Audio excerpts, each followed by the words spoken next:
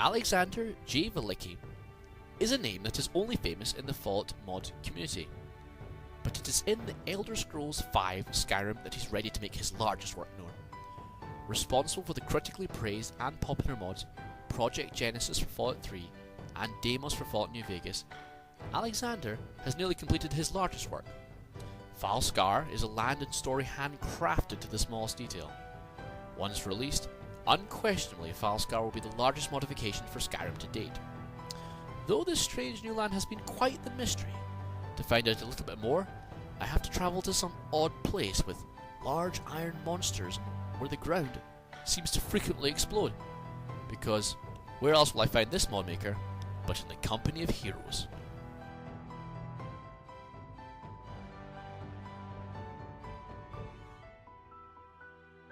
All the time because they're, it's unfairly matching them. And so that's the main reason I don't do PvP in this, is you're constantly matched against bad people where their rank is bad, but they're actually really good. Yeah. So, do you see my game yet? Yeah, I see your game, but I think one day you're going to have a problem in the Skyrim Nexon mods because I can't spell Falskaar. Falskaar. Skaar. Oh yeah. Or Fun fact. yeah. When it started, it was Falskaarr. I think that's what I just put. Don't do that. Okay, what was it? I've lost your game now. Falskaar. Apologies for this. Yeah, no, that's fine. Skaar. Oh, right. You're remembering now? Yeah. Oh. Hopefully this will just work, because no one's going to find your mod. You need to put tags for the other the different spellings. That's a good idea. Because, oh, it's the wrong password. Is it caps? Or no, it shouldn't be. Maybe I'm gonna rehost. Hold on, I might have spelt it wrong when I typed it. Okay, so password Falskaar. You know what? We're gonna do something easy. The password is going to be taco. Taco. Why not? Taco. That's just why not? Oh, I'm just looking for your thing. Is it Gunmaster 95? Yeah. Yeah. Nice little name I made up in like first grade, and now it follows me everywhere. Yeah, I can imagine. That's the opening titles in Project Genesis say that. Oh yeah, And I remember that. Yeah. All of them, yeah. Because I changed right before Deimos. 1, 2, 3. Hi everyone, it's a Knock team here, and we're doing another mod interview. And the one person I'm going to be with is Alexander J. Velicky, the creator of the Deimos mod, and what else? Genesis? Project Genesis and Falskaar and the Collector. And the Collector as well. For Fallout New Vegas, yes. And it's only a matter of weeks before his big magnum opus Falskaar for Skyrim is released, and he's joined me today to talk about a little bit more about his mod, himself, and a little bit notes on game design. So, hi Alexander, how are you doing? Good, how are you doing? I'm doing pretty good. Good. Haven't got enough fuel, we have to capture something, don't we? Yes we do. Ooh, I forgot about that. Right. So we're starting off so greatly. So, Yeah. I'm looking forward to Falskaar coming out, Alexander. Can you tell us when it might be out? I'm hoping to have it out in February. That's just, I absolutely hope not to go into March. I wouldn't exactly be surprised, but I really hope to have it out in the 3rd or 4th week of February. And can you tell us a little bit more about it? We've seen the trailer and everything, which I'll be linking in the corner right there, and a few other things as well. But can you tell us, for everyone, this is Rifle squad reporting for an open duty. world game, kind of like Skyrim, where we explore the world as well as there being a main quest and everything like that. Yes, it's an open world, entirely open like Skyrim. Time to kill some when you crowds. start, you are briefly trapped in. on, man. You're in a Tactical linear space. kind of quest that introduces you to a few things. But then you are very quickly released out into the world, and you can wander around. It's an open, Move your ass. it's an open island, You can wander around, you can explore, you can do dungeons, you can visit towns, you can do quests, you can just talk to people. We're ready to move in. Just give It's the very orders. much set up in the same manner as Skyrim.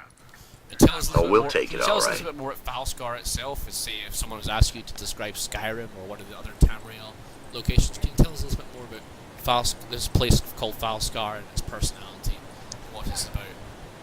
Well, Falskaar it was designed in a lot of ways to be similar to Skyrim in that it Forward would supply kind of station fit in secure. and not feel too alien or weird. It uses the same resources as Taking Skyrim, fuel, uses the same setup, the same textures and Picture trees and yapping stuff. and get ready to move. However, it's still very unique. There's kind of a unique aspect about it in that it's naturally, or it's created by the divines, so naturally, it's a very cold, icy place. However, there's kind of this magic at work that has transformed it into a warm, habitable place. So Ready it's for the got crowd. forests. It does have snow, not much, but it's very similar to Skyrim. Yet it has a very unique feel, and while you're wandering it, you definitely won't. You'll know that you're not in Fall in, Skyrim. rifleman. You'll know that you're in a unique, new place. Let's go, lady. Eyes on the horizon while you move. Yeah, which is something I really focused on. I really wanted to make sure that, Yeah. because I don't want the player, a lot of people complain quest mods add more of the same. So I was very, very keen on making sure that it was a unique, different experience for the player. Ready, rifleman. We're being hit by crowd infantry. So how Move your are you ass. planning to do that compared to other quests? Good mods crowd we've seen? moving in our position. I mean, we've got the Dragonborn DLC coming out on February the 5th, in fact. How would it be different from that or maybe other quest mods we may be seeing? Enemy unit down.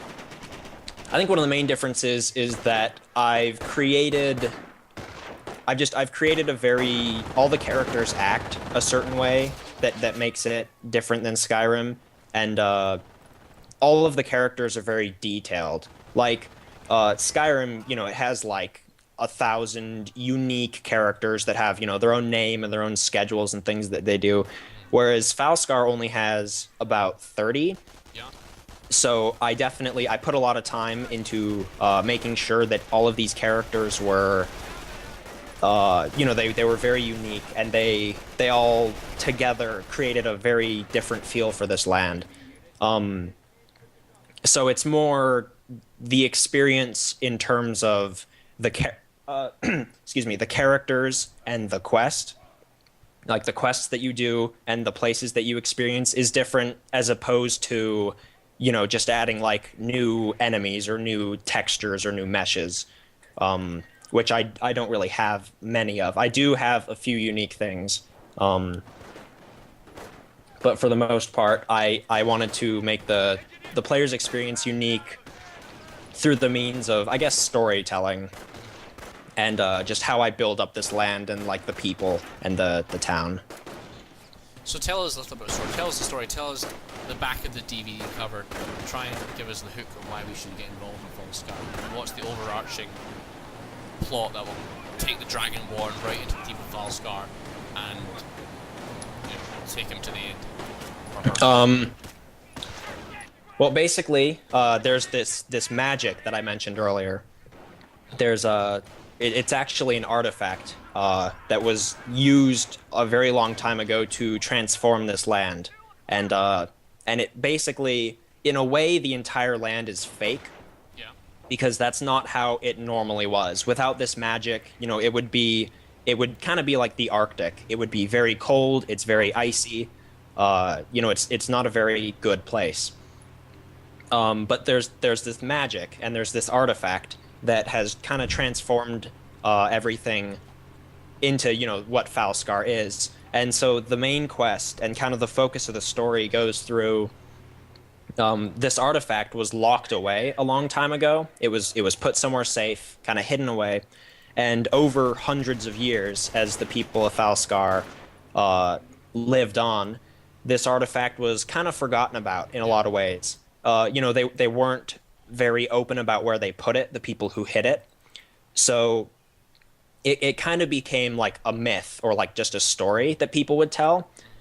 And so what happens is the player experiences some things, and you find out that this artifact is in fact very real, and there's a kind of the main conflict in the land is that there are two families fighting each other, and because what happened was when Falskaar was discovered, there was a search party basically. There was a group of explorers exploring Skyrim, and this was at the very end of the Second Era, right as Talos was conquering Tamriel and like uniting the entire all of Tamriel under one empire. And these people, I don't want to spoil too much, but they basically discover Falskaar, and they arrive in the land, and it's cold because this magic hasn't done anything yet. It doesn't exist yet, and it's cold and it's frigid, and they're dying, and the ruler of this party, the leader of the group, is the head of one of the families, and so he's in charge of his group, and he's leading it. And then what actually happens is this group, and I wanted to make it a realistic amount, because I didn't want to be like 8 people discovered the land, and from them flourished an entire population or whatever. Yeah. So it's like it's 100 people. I don't think I ever specifically say, but it's a very large group of people. So it's kind of like a Shangri-La type thing in a sense, a sort of a paradise in the middle of a sort of tundric wasteland, or people expect there to be a sort of tundra wasteland where nothing is, but it's a sort of a magical land with a sort of what's a spell hanging over it, or yeah, in a way, it's this beautiful land, but it's got like this kind of dark secret in that it isn't normally beautiful, and if you take this magic away, it all falls apart, and it very quickly changes into something terrible. So yeah, it's kind of the hidden magic that's making it what it is. And will the Dragonborn find a little bit more about this magic and gradually learn more and more facets about it via this open world place? I mean, does this open world have do you use your open world to sort of show the dimensions of this thing, or is it quite a sort of split side quest and main quest, or do they all sort of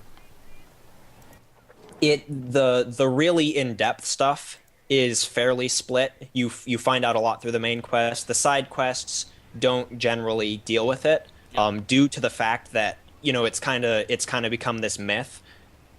Yeah. And the people, they're not really certain. They don't believe that this artifact is real for certain, and they don't know for sure. They just kind of know that like maybe there's something going on. So it is fairly split.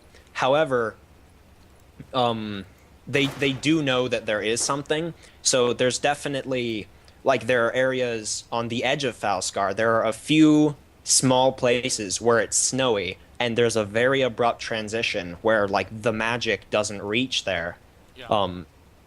Because it's kind of placed in the center of the map, and it's kind of like a giant valley. And the magic worked in this valley. And so there are places you'll go.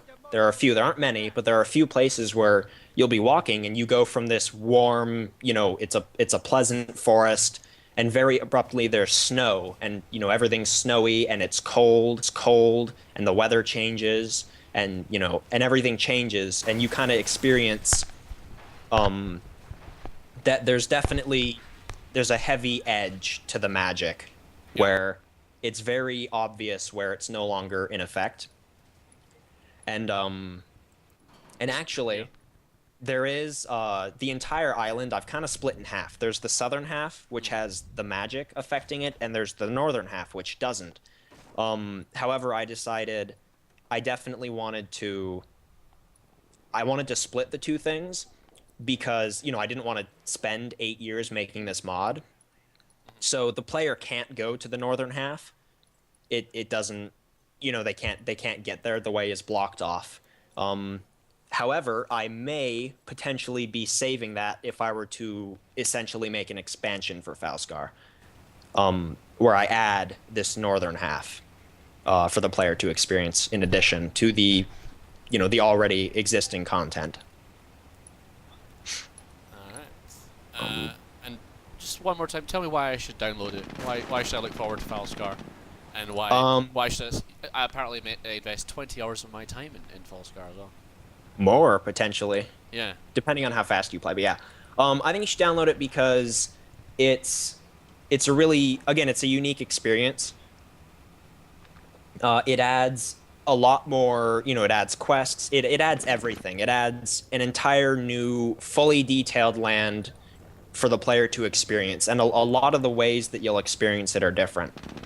I've got my town, I've got characters, it's fully voice acted, there are quests, there's side content, like you can brawl at the inn, you can one of the girls who lives in the village can teach you how to cook these new recipes that kind of cover areas that the basic food didn't, and so I'd say there's a lot of new content for the player to experience in a kind of a unique way that Skyrim feels very different to. And what was the genesis of this? Why did you want to create it? That started, actually, it started off as a simple quest I was going to add to Skyrim, and I was going to add, there are two of the main characters are these brothers. They're kind of like they're almost the cliche, like, they're big buff men, and they're like the brothers who live out in the wilderness and they hunt and, like, they make all their own stuff. And it started with just them, and I wrote these characters, and I was gonna add them to Skyrim. I was gonna add some quests, and then I'm not really sure how it happened, but somehow it managed to it expanded, and at some point I started drawing maps of this new land. Yeah. And and I created cities, I named things, and it grew, and I very abruptly found myself planning out just an entire new landmass. And I'm not really sure how it expanded from this kind of simple idea of just adding maybe like a few quests to Skyrim. I think it grew mainly because I quickly realized that I wouldn't be able to do everything that I wanted to in Skyrim. Yeah. So this new land, if I made my, an entirely unique thing, it would give me kind of like the blank slate that I needed to truly do everything that I wanted to with this. So it very quickly grew into its own, its own independent island, or it's a brand new landmass. And what was the point you sort of decided I'm going to make a big, huge mod like this by myself? I don't think that never really occurred to me. I've never really, at least I've never really been worried about that. I've just kind of been driven to, I'm going to go through with it, and, but I'd say I started writing stuff, in October, and I think, just like I said, I drew maps, I named towns, and I created this whole thing, and then I just kind of went, okay, I'm making this now. This is, it felt like something that I definitely wanted to make, and that I would want to pour a lot of time into making. And it fit very well with, what I wanted to create in a mod. I think we're being flanked right now. Yeah, they're coming across this bridge. You weren't kidding when they seem smarter than the average AI. Yeah. Things are very specific in this. Oh, what have I done? Oh no, okay. Oh. Well, they're fighting hand to hand. Oh, Jesus Christ. Yeah, this isn't your average RTS, which is why I like it so much. Yeah, imagine. Right. I've lost my Jeep. Oh no, it's still there. Have you got any guys nearby? Oh, you're defending now. No, they killed all my guys.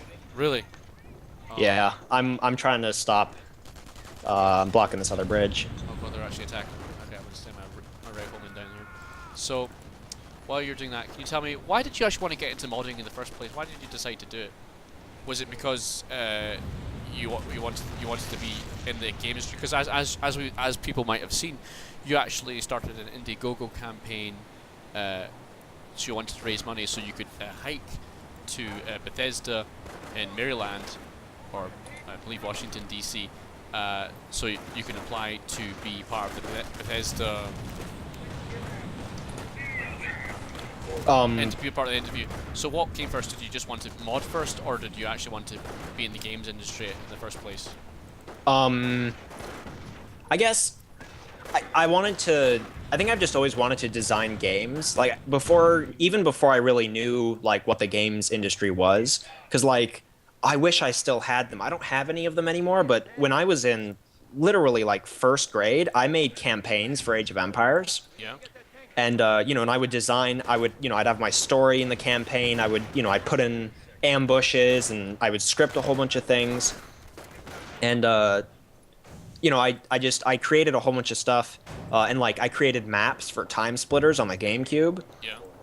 And then me and my friend actually started. We were playing Oblivion, back when we first got that, and we would mod it without. We didn't really know what modding was, and we would do silly stuff. We would create like a giant barracks above the Imperial City, and we'd fill it with like just bandits to fight, and we'd make like god weapons that were really strong and all sorts of stuff. And then one day I discovered the Vault 74 tutorial for Fallout 3, and I followed it, and I was very much intrigued that I loved the fact that I was figuring out like how they made everything, because I had played Fallout 3, and I had experienced the quests, I had experienced everything that they had created, but I had no idea how it worked. I didn't know how any of that stuff had been made. So I thought it was really intriguing to me to go, wow, this is how they made this. This is how you design a level. This is how you set things up in the GEC. And I think from there it very quickly became an outlet where I could discover all of that stuff. And then, and I started a mod before Project Genesis. I was creating a mod, and it was the original project that every modder does, where I planned way more than I could do. And ironically, it was an island. It was a new landmass I was going to add to Fallout 3. And it had its own people, it had its own factions, it had its own stuff, and I was making it, and I quickly realized that I couldn't do all of that. It was too much. Yeah. And so, I trashed the project, and I deleted most of the stuff. I wish I hadn't, but I trashed the project, and I started working on Project Genesis, and I very quickly realized, wow, I really like doing this. I love making levels, in the toolkit. I love writing dialogue. I love creating these scripts in these places. And I really liked video games, and it was really cool when I noticed that I really liked creating like video games and the same experience for the player. So I very, very abruptly got into modding, and I found this whole modding community, and I figured out that the tool set enabled me, just as a teenager, to develop these experiences through video games that the big professional companies did. And I think that created a drive where I really enjoyed doing that. And that's kind of when I noticed, like, hey, I think this is what I want to do. This is really cool. And I worked from there. I kept making mods. I kept doing things, and it just grew into what it is now. This is not going well. No, it's not. What's that? Oh, flying saucer. Alright, that's actually paratroopers. I thought they were I'm dropping in. flying saucers. Yes, thank God. No, but Project Genesis, it did quite well, didn't it?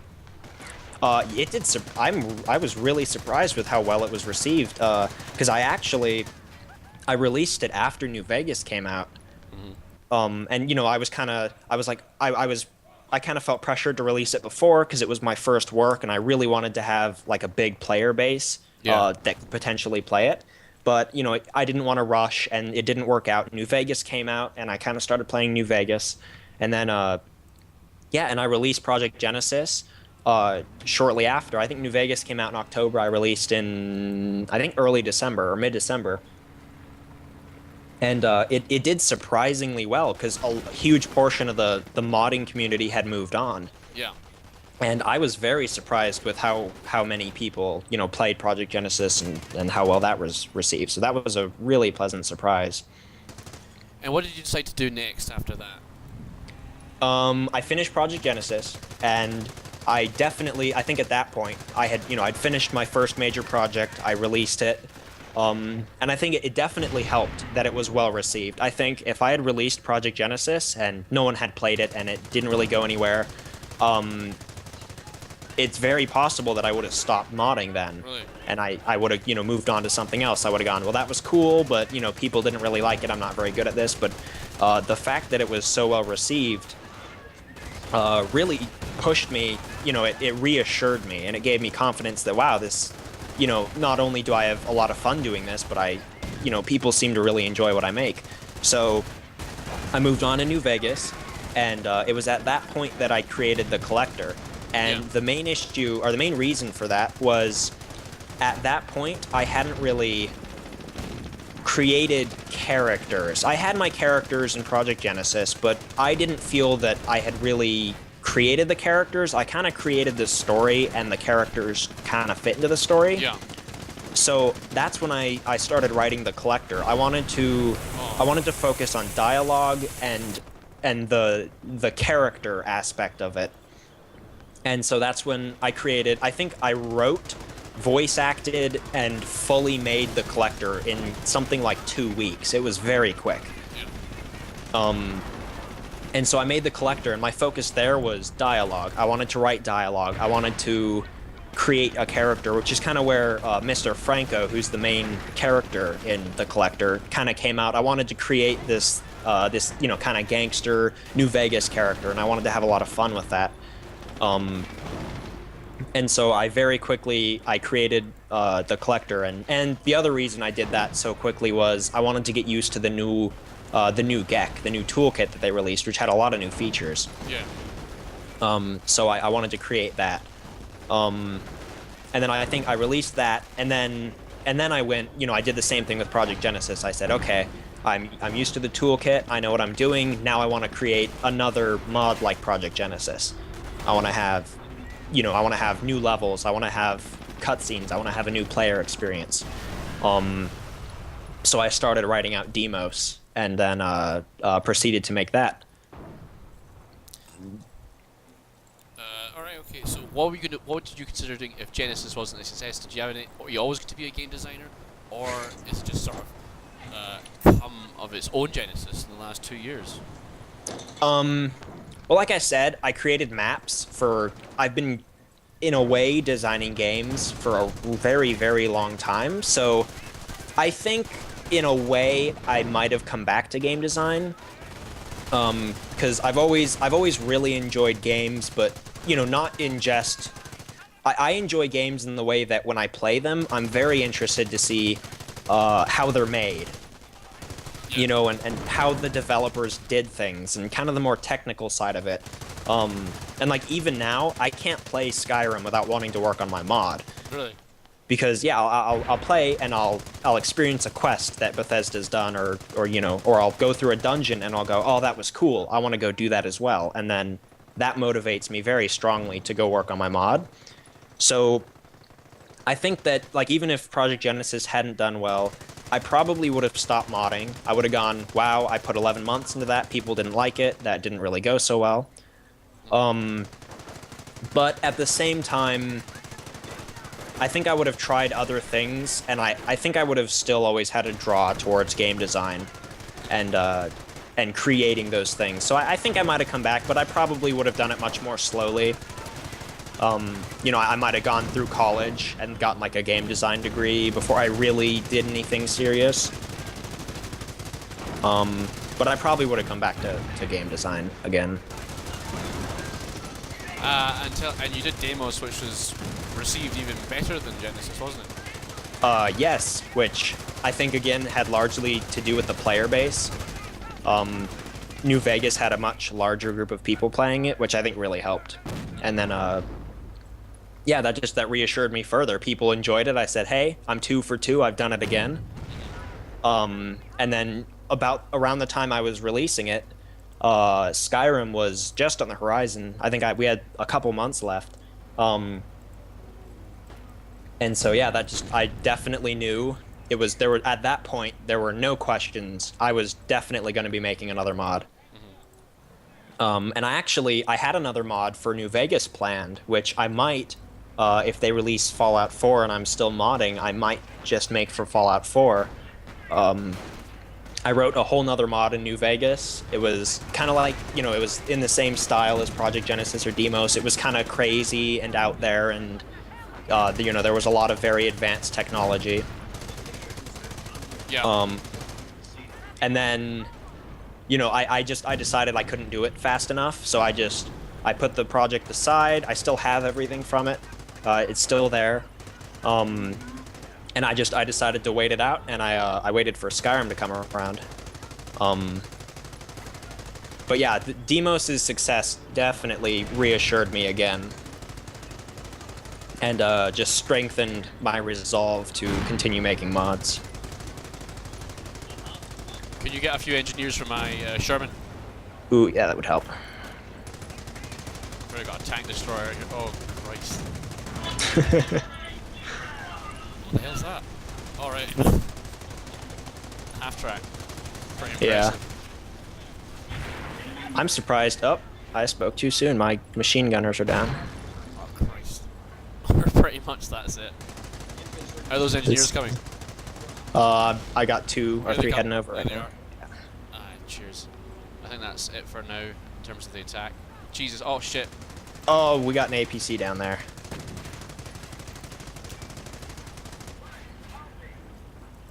I'm gonna man this. Did you ever consider doing a sequel to Deimos, other than the My Little Pony sequel that you told me about? Yeah. No, I think I wrote Deimos to be, you know, kind of its own little thing. And yeah, no, I don't think I never really planned to do a sequel. It was always just, it's its own little... I did plan a sequel for Project Genesis, sort of. But no, Deimos was always kind of designed to, you know, just be its own thing. Well, you bring guys to help me. I've got a tank destroyer coming right. Enemy unit down. Yeah, I'm dropping guys in down here to help. Thanks a lot. Okay, oh, good. And now they're retreating. Oh, God. Usually in most RTSs they would just sit and die. But here they retreat, which is annoying. Yeah.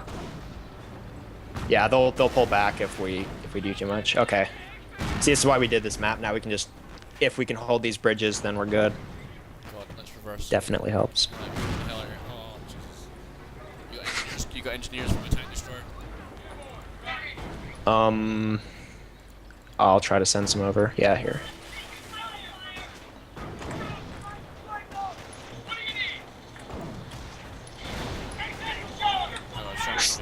So, after Deimos, and that was quite successful, what did you decide to do then after that? You're working for well, like I said, you're on the Beyond Boulder team. Yeah. I did plan another mod. Yeah. And then I would have had 8 weeks to do it. And the way that I had planned it, it actually kind of had 8 segments. It was a really weird mod, but I'm keeping it under wraps. I think it's cool. I might still make it someday. But I decided that I didn't want to make it that fast. I didn't think I could do it well. And so I went, okay, Skyrim's coming out. You know, I'm definitely going to move on to that. I played Oblivion. I loved Oblivion. I knew I was going to like Skyrim. And so I started planning a Skyrim mod. Yeah. And like I said, I wrote these 2 characters, and I was originally just going to add content to Skyrim, and then just it exploded and it turned into this huge thing. And I kind of went from there, and I kept building on it, and then Skyrim came out, and I played it, and I adjusted everything based on how the actual game worked and like what mechanics there were. And yeah, I just went from there, and then the creation kit came out in February, and I immediately started working on it. And yeah, and I just went from there.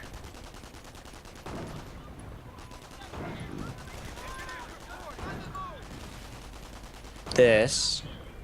And now, how you've come to the end, what do you feel you've learned out of the Falskaar experience?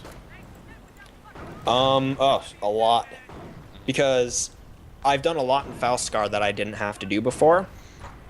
You know, my other mods were basically just characters with quest dialogue, and then the quests. So I had to know how to script, and I had to know how to do quests and put in dialogue. But with Falskaar, I have you know, there are quests, there's dialogue, but there's the world space, there's weather, there's regions, there's sounds, there's music, there's generalized dialogue, which is something that you'll notice none of my mods that are for Fallout, the characters don't say anything outside of their specific quest dialogue.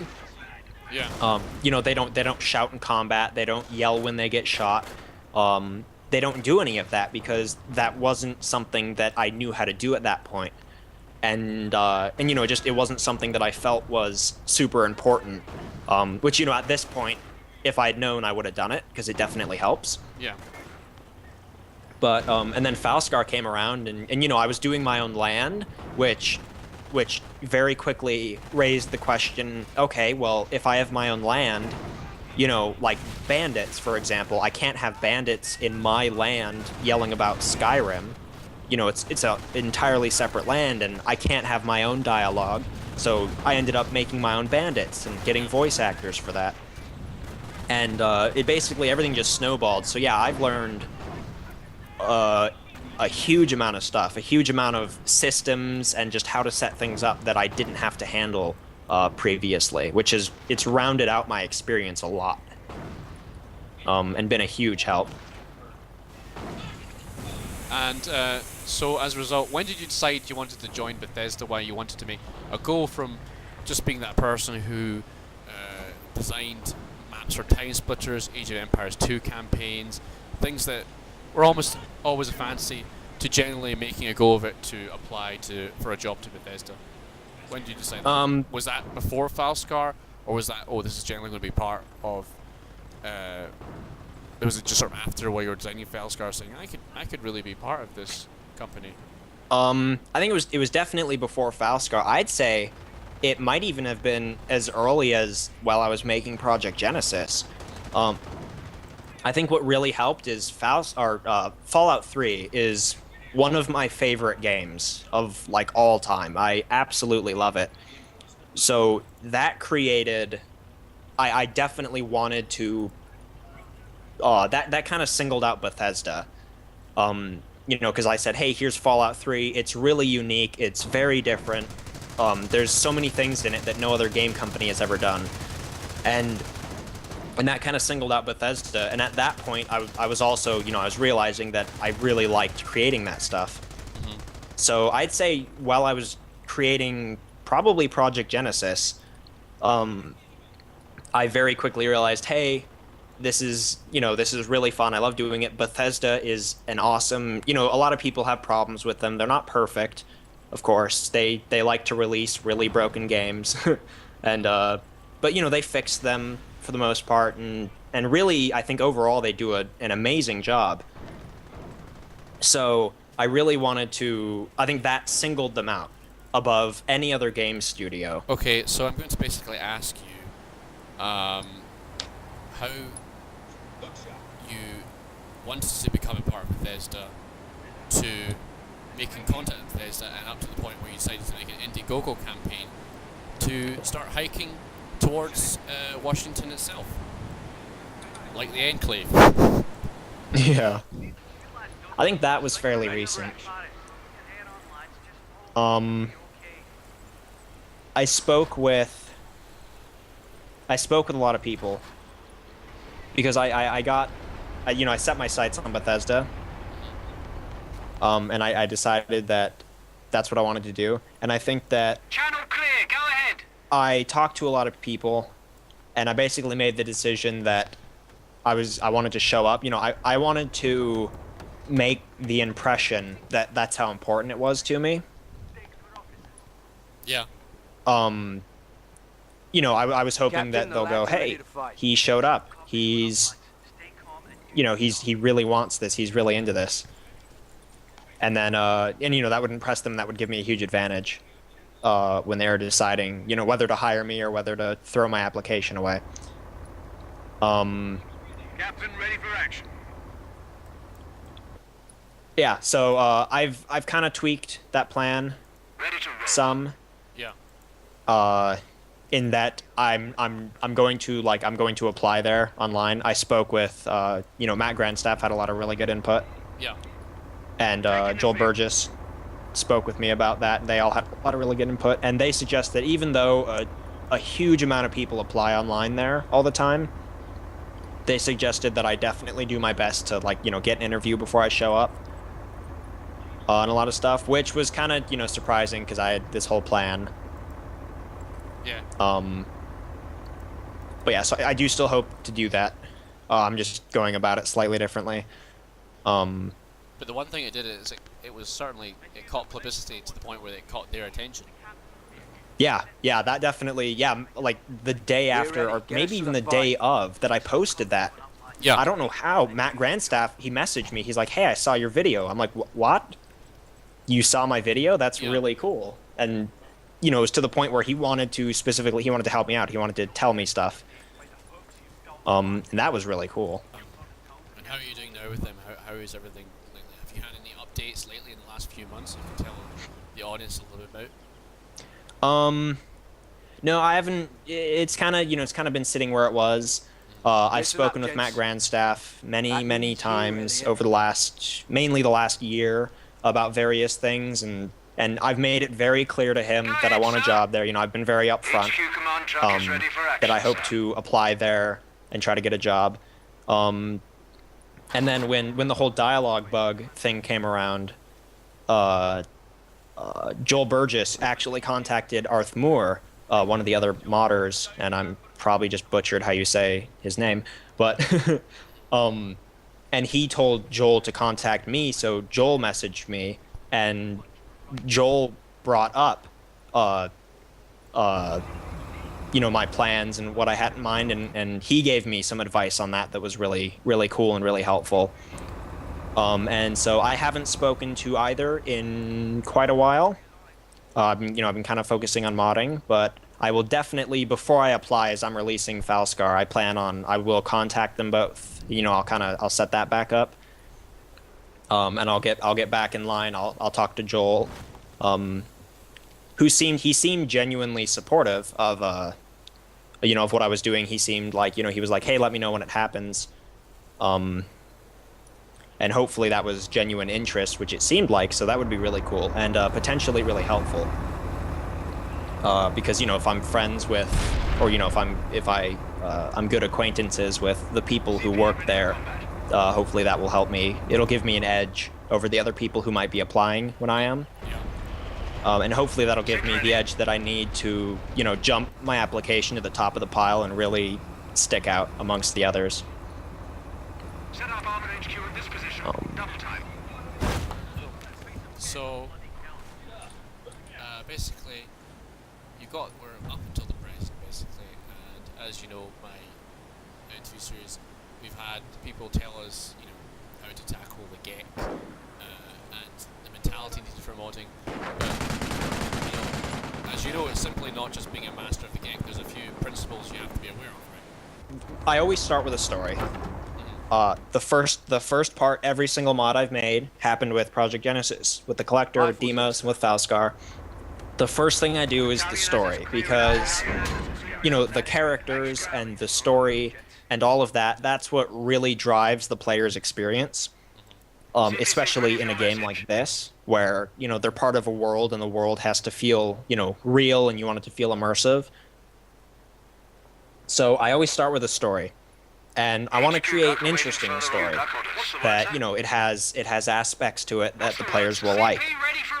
And that, you know, I want, my goal always is to create a story where the player, you know, they can't wait to see what happens next. Yeah. And they don't want to put their game down, you know, they want to keep playing, they want to keep figuring things out. And then, so I always start with the overall plot.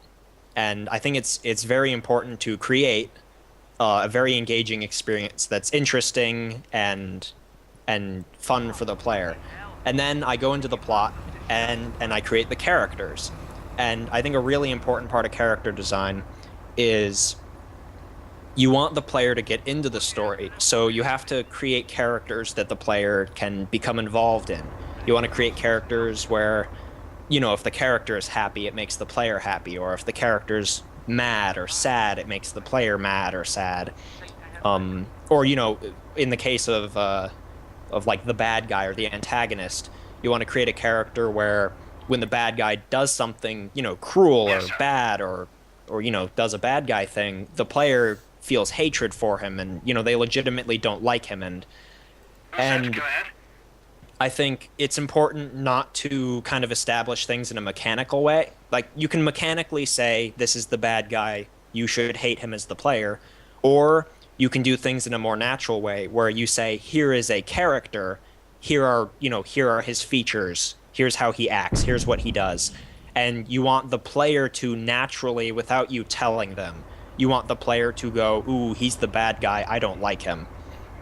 And I think because that's a genuine feeling that the player has created as opposed to something that the game has, you know, told you. And I think that creates more genuine reactions, and that makes really anything you do in the story a lot more powerful. And like in Project Genesis, you know, I tried to create, I wanted to have O'Neill, the main character, I wanted to make him feel real. So you start out by going into his house, you know, and you experience where he lived, and you know, as you kind of figure out things, you find out, you know, he has a wife, and his wife, you know, has left these notes on the computer, so you kind of get a feeling of his wife's character. And I never say, you know, I never make it really obvious that he's the good guy at the beginning. He's simply a character, but I build these things so that the player kind of gets the idea that he's the good guy. And then, you know, as the mod progresses, I introduce Dr. Bishop, and Dr. Bishop does some of these, you know, not very nice things, and it kind of builds that he's the bad guy, even though I never say that directly. So I think as far as story and characters go, I think creating connections between the players and the characters is very, very, very important. And I think it's important to not force it and to do it in a, you know, in a manner where the player can enjoy, or the player experiences things and they react on their own without the game telling them how to, so that it's genuine. And how would you fit those principles in game design, for example? Like, what are like not to do's and like to do's, as it were? Game design is kind of a gray area in that aspect. Yeah. There, you know, it's often difficult to, you know, say don't do this, do that. But I would say, you know, to do's, definitely create an environment where the player can react naturally. And then, you know, like as far as just like level design, as far as game design goes, you want to create, I mean, you know, it depends on the game that you're playing, but you want to create an experience. Just, again, you want to create these places where the player can react. And as the player experiences it, you know, their experiences are genuine. Why aren't the enemies attacking us? This is... It's very odd. Yeah. Oh, the bridge isn't fully repaired. Yeah, I can get a tank across. They can't get to us, that's why. Yeah, it's repaired now. Okay, now it's done. Now they're going to attack.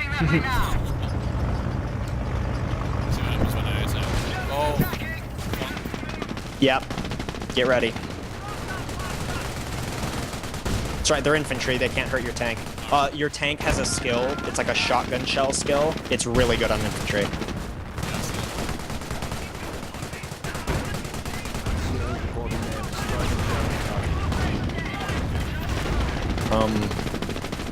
Oh no, they're artillerying us.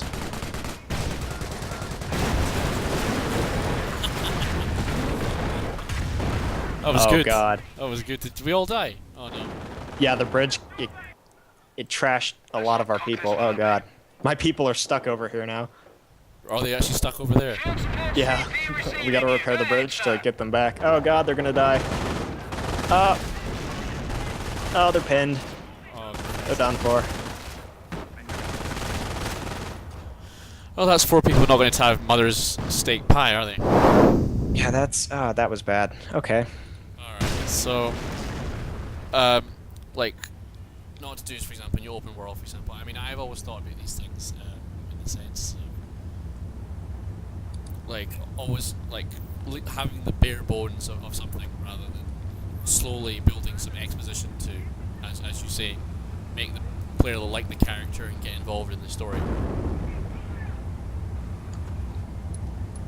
I mean, do you know a few games where it didn't work so well in terms of what you're talking about?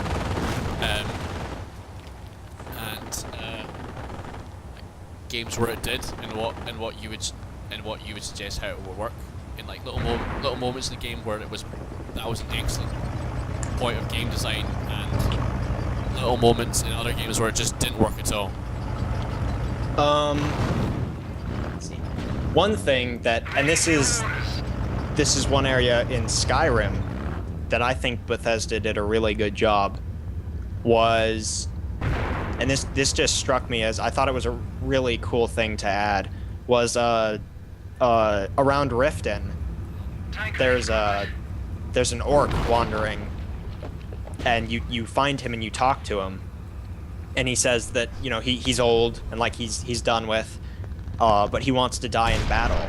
Yeah. You know, and like he wants to go down honorably.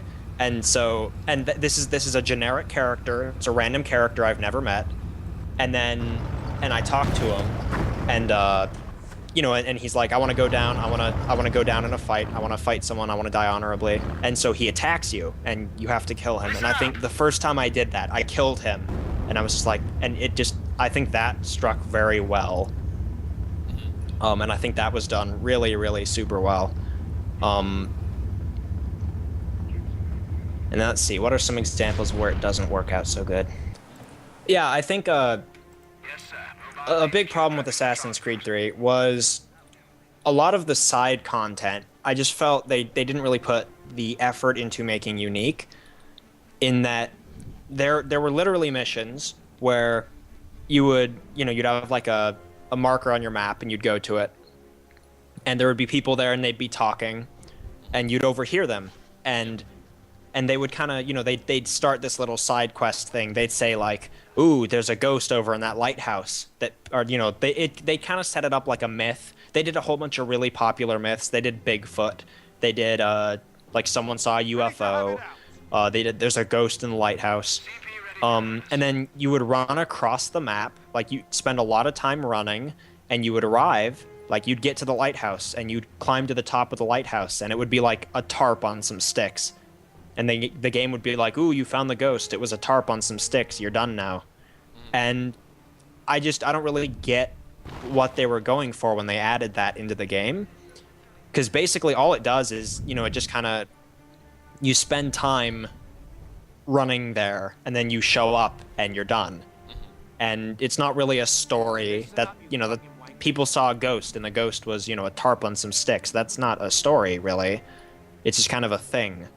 And I feel that, you know, in previous games, the side content, just there was a lot more to it. There might have been less, like the quantity might have been lower, but, you know, each independent thing had a lot more to it.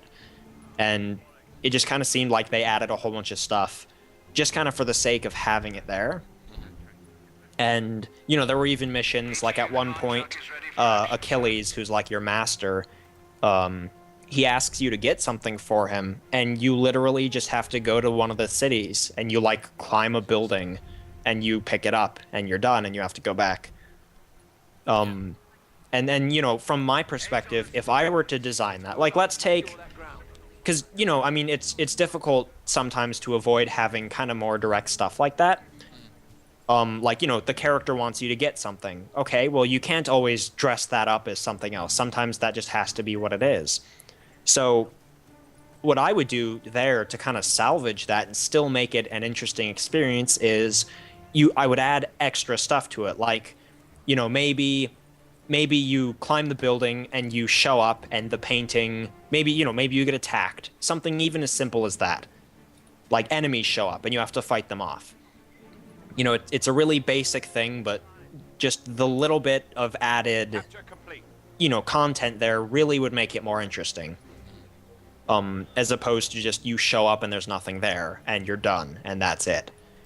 And there was a lot of content like that, and I just thought it was really weird how the content didn't exactly seem to have a point. Yeah. And I felt like if they had added even just a little bit, you know, just gone the extra 10%, I think it would have salvaged it and it would have made those little, you know, encounters more interesting. So yeah, that's an area where I don't think, and I have quests like that in Falskaar. I have, you know, I don't have just blatant fetch quests. If I do, because again, you know, that's an acceptable thing. I think people who immediately hear fetch quest, or, you know, a quest where you have to get something, people who hear that and immediately think it's bad, I don't think that's, you know, the right thing to do. So I would take, like, I'd write a quest and I would go, okay, this is, you know, it's more or less a fetch quest. You're getting something for someone. But then I would find ways to make it unique. I would add, you know, characters maybe that you encounter. You know, maybe someone took the item and, you know, there's reasons behind it and the character, you know, has feelings towards that. Or, you know, an ambush. Maybe you pick up the item and it triggers something. Or maybe there's puzzles that you have to solve to get it. So just there's little things that you can do to turn even content that's generally seen negatively and like as a bad thing, you know, to take that and to turn it into something good. So I think that's a do when it comes to game design is, you know, do take content and just you don't have to throw it out and you shouldn't just leave it in as it is. But you should just give it a little extra so that it's more engaging for the player, and it, you know, it makes it legitimate content. It's like the player doesn't even think of it as a fetch quest, like he thinks he has to do it, where it's a sort of fundamental part of what he intuitively feels he needs to do to do that, rather than go, oh, I'm just getting something for someone. Yeah.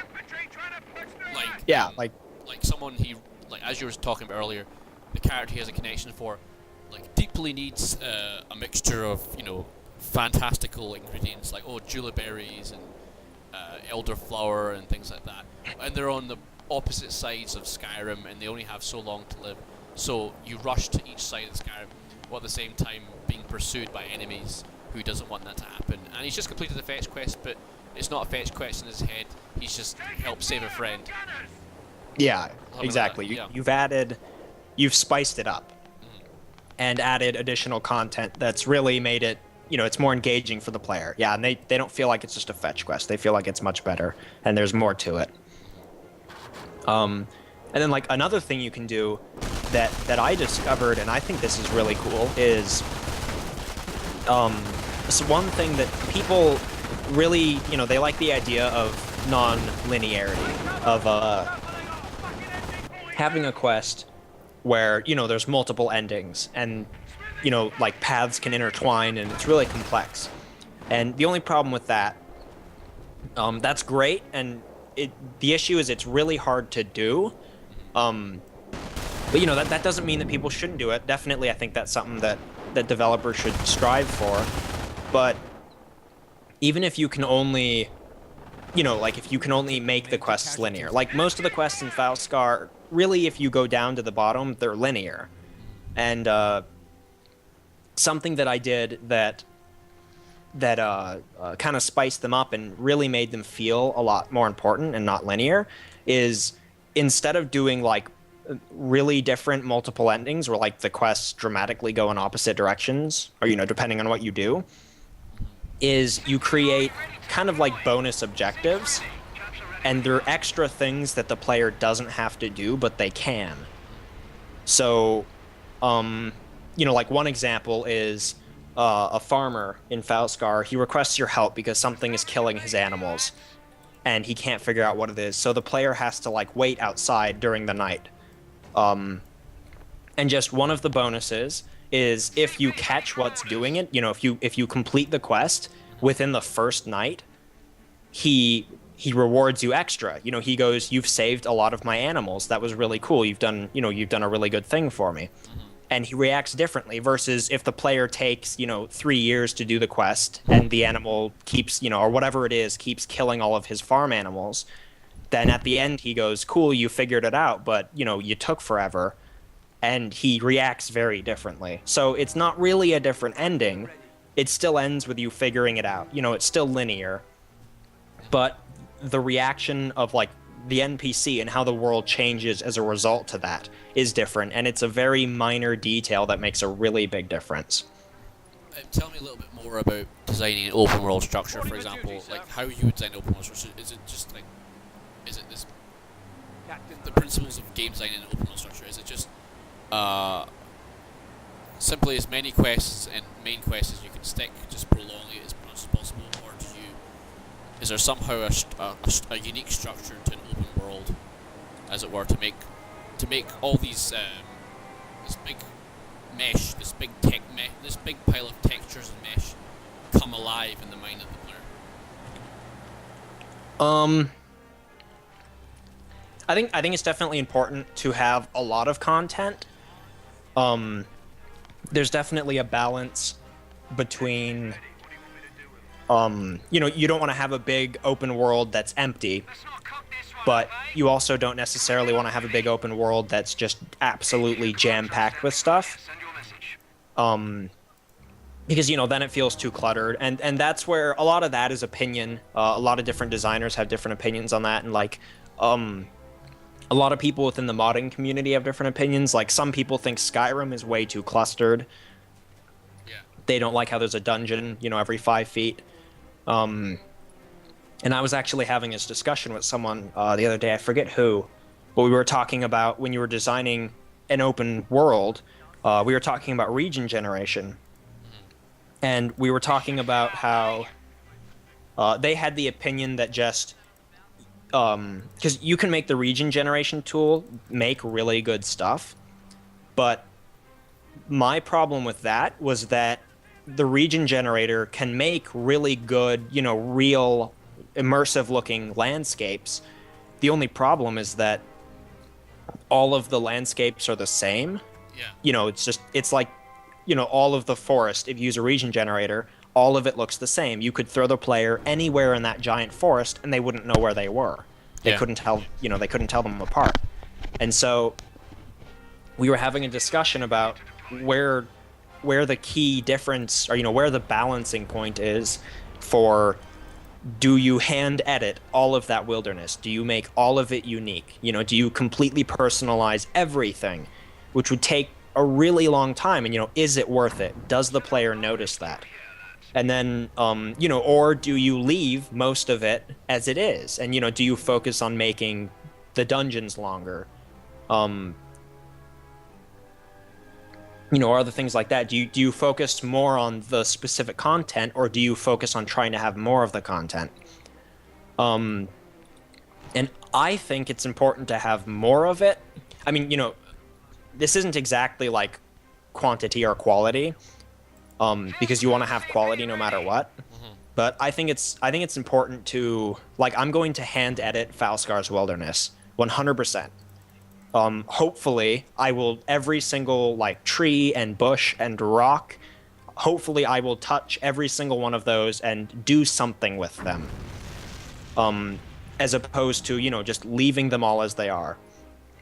I really want to take all of this open world and add, and little details are very important. You want to have you want to like maybe you add like an animal den with some foxes, and you can add other details around there that, you know, just personalize all of the open world. So I think having a lot of quests is important because you want to make the world feel, you know, like there are people there and like it's a real world. And I think that really helps the player's immersion.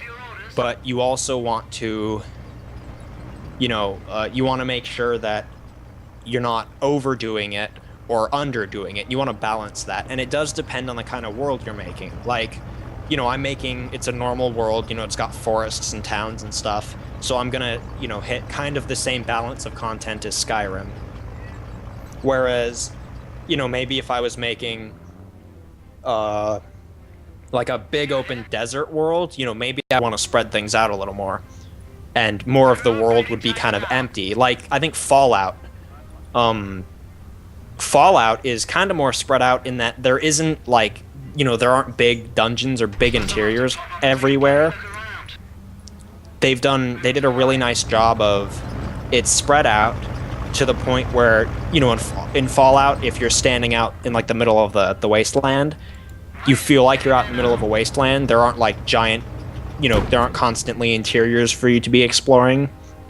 Yet at the same time, there's always something to explore, whether it's a small camp or whether it's, you know, just no matter how minor it is, they've always added like the detail in there, which I think is really important. Here we come. Just remember, they can't hurt you unless they have some kind of anti-tank, which They've got a lot the of Warmocks, yeah, artillery, anti-tank guns, other tanks, rocket launchers, or grenades. But yeah, So basically, you've told me a little bit more about the design of Falskaar and things like that. I mean, in terms of how are you a believer? Are you a believer in encounters and how they add to the character of the landscape, for example? Like, you're probably going to do a little bit of that in the next few weeks, I assume, in terms of fixing the wilderness. yeah, I think encounters are a really good system that they've set up, or that people should set up in the world, because, you know, there are a million different random things the player could encounter in the wilderness, and so as the designer, you can pick some. You can pick some of these things, and you can set them up, and they help add to like the mood and the feel of your land. Like a major problem in my land,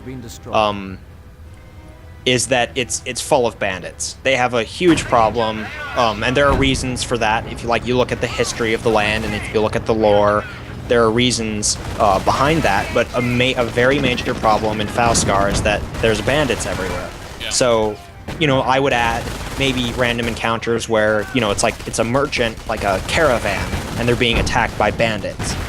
And I wouldn't just stop there, because, you know, I think if you're going to do it, you should go all the way. So I would make it, you know, if you save the caravan, maybe you're rewarded, or maybe the caravaner shows up somewhere else. Or, you know, more happens than just that encounter. So yeah, I think encounters are very important.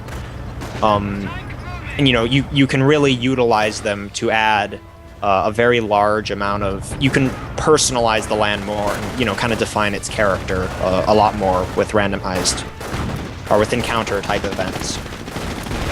So in terms of encounters and stuff like that, you talked about the land, you talked about the encounters and stuff like that, but you have to populate them. For example, how would you design... What's your opinion on enemy design and levels of enemies and challenges overall, what the player would face in an open world? Well, I think again you want to design the enemies to fit. So I've put a lot of time, and I've created my own bandits.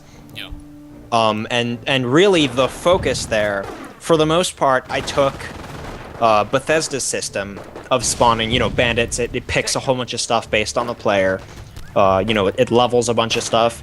I've basically copied that. The part that I've really focused on there is the unique dialogue. All of my bandits, they're custom voiced. I have you know, a huge troupe of voice actors, and that allows me to really I can write any dialogue I want for them. So I've spent a lot of time kind of developing their characters through their dialogue. You know, when you fight them, they shout things at you, you know, related to my land and related to what's going on. When if you're sneaking around them, if you're in the shadows and they're standing there and they're talking to themselves, they'll talk about events that have occurred in the land. Just they react much more specifically, and I think that helps. It makes the bandits more believable. They're not generic enemies that you've created for the player to, kill over and over again, because, you fight lots of bandits.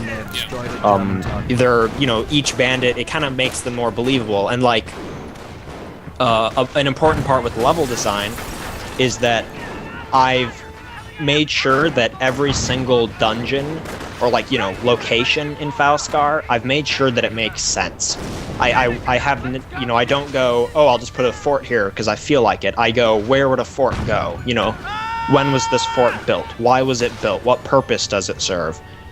So really every single, and every single level has a purpose. Every single level, if the player wants to, and they can really think about it, or they can, a lot of the levels are spoken about in lore or history. The player can really look into things, and they find out all of this stuff that I've really paid attention to as I'm designing it. The bandits feel real. The locations feel real. They have purpose. There's a very specific reason, why that fort you're attacking is where it is. They built it there for a reason. Yeah, so I think something that's really important with interiors is, just like exteriors, is to make them feel like they're real and like they have a purpose. And one of the first things that I do when, it depends on what kind of interior I'm doing. This especially applies to buildings that are above ground, like forts. What I do there is, the first thing I do is I design the exterior. I imagine how I want everything to look, kind of what feel I want the fort to give off. And I design the exterior, and then based on that, I design the interior. And what's really important about that, I think, is it's subtle, but it's important, is to make the shape of the inside of the fort the same as that is on the outside. And you don't have to be perfect. The player isn't going to exactly notice, but if you have like a tower, if the entire fort on the outside were to just be a tower, you don't want to have the inside be like, a tower that goes up 4 floors and then has like giant rooms or something, because that wouldn't make any sense. So I think that's definitely one thing. It would just take them out of the experience, and that's what it sort of revolves around. Yeah, and they wouldn't feel like they're really in a fort anymore. They just feel like somehow they went somewhere else, or it would get weird.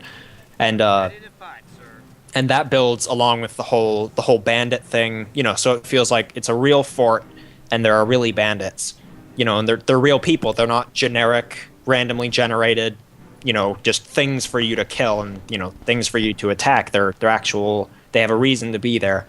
And that also fits in kind of with the whole, how I mentioned how Falskaar it's got a problem with bandits right now. And like a lot of people said Skyrim felt weird because there are bandits everywhere, but no one seemed to care. Yeah. They didn't go, wow, like half the population is bandits. What's wrong with this place? No one seemed to notice.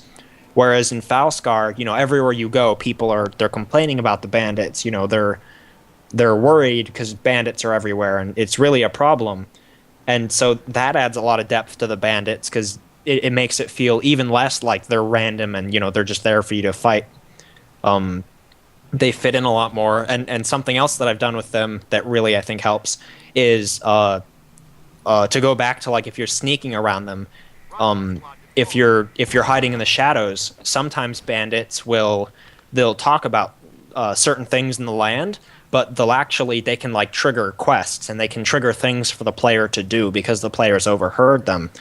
And I think that helps the most, because then you really feel like, hey, those 2 specific bandits, even though they're randomly generated, they'll look different every time or whatever, they might sound different or something. They're randomly generated, but you still feel like those 2 specific people are there because of, potentially whatever event they're discussing. And I think that really helps. It really helps the player feel like the bandits are more unique, even though really they aren't. But, it tailors the experience, and it makes it a lot better for the player. And in terms of... So basically, if the player is sneaking about, for example, and they're in a cave, the player can't be seen because there's a pillar, you got these two bandits. Perhaps they're complaining about something, and as a result, as they drop a location of like a map marker or a quest is added to the player's journal. Yeah, it's stuff like that. They'll talk about things. You know, they'll say names, maybe they'll say locations. You know, maybe they'll say events that have occurred. You know, maybe someone stole someone or attacked someone, or you know, things happened, and then as a result, the players they're brought into the quest, and yeah, they'll get a journal entry or a quest objective or something to, you know, look further into it, to go to that place or to find that person. Yeah, you were saying in terms of like you don't well, in terms of how would you, for example, give exposition to a player about a character, for example, like that? Would you have like a lot of speech options where the player can just walk up and basically ask a character the life story in the middle of a dungeon, or do you have like a different way of imparting exposition? I think it's important with exposition to spread it out. Like, dialogue is important, obviously, and you should definitely always be able to talk to the characters. You know, like you don't want the characters just standing there silently with nothing to say. You want them to be able to, you know, talk about what's going on. But I've always felt weird when, you know, you have a character and you can ask them everything. You know, you can ask, they can spill absolutely everything about themselves. And I think it would be better to take that information, which I think it's very important that the person wrote that information. You know, you want the character to have depth. You want the character to be a person. But I think it's not a very good way to draw the player in if you're just dumping the information on them. I think it's much better if, you know, if you bring the player along, which this is something that I've really done, that I've actually kind of focused on in my mods, is that you'll notice the player's never really the center point. Whereas in a lot of games, the player is the all-powerful being. The player is really the focus of everything. Whereas in my mods, the player is more along for the ride. They're still involved. They're still important. So, you know, I'll take the main characters and I write a whole bunch of information about them. You know, I write out their life story. But then instead of just having the player ask them about it and, you know, they just spew out a bunch of information, I put the character in situations where that information can be revealed.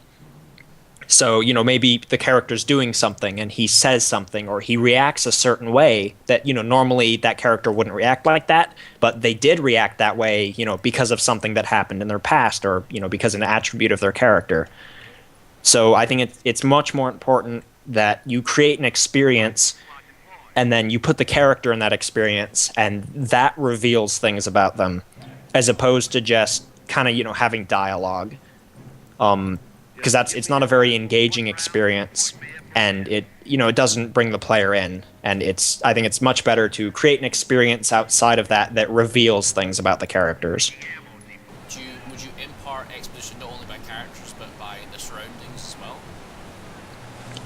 well? Yeah, I definitely. It's generally more difficult, especially depending on like what resources you have available.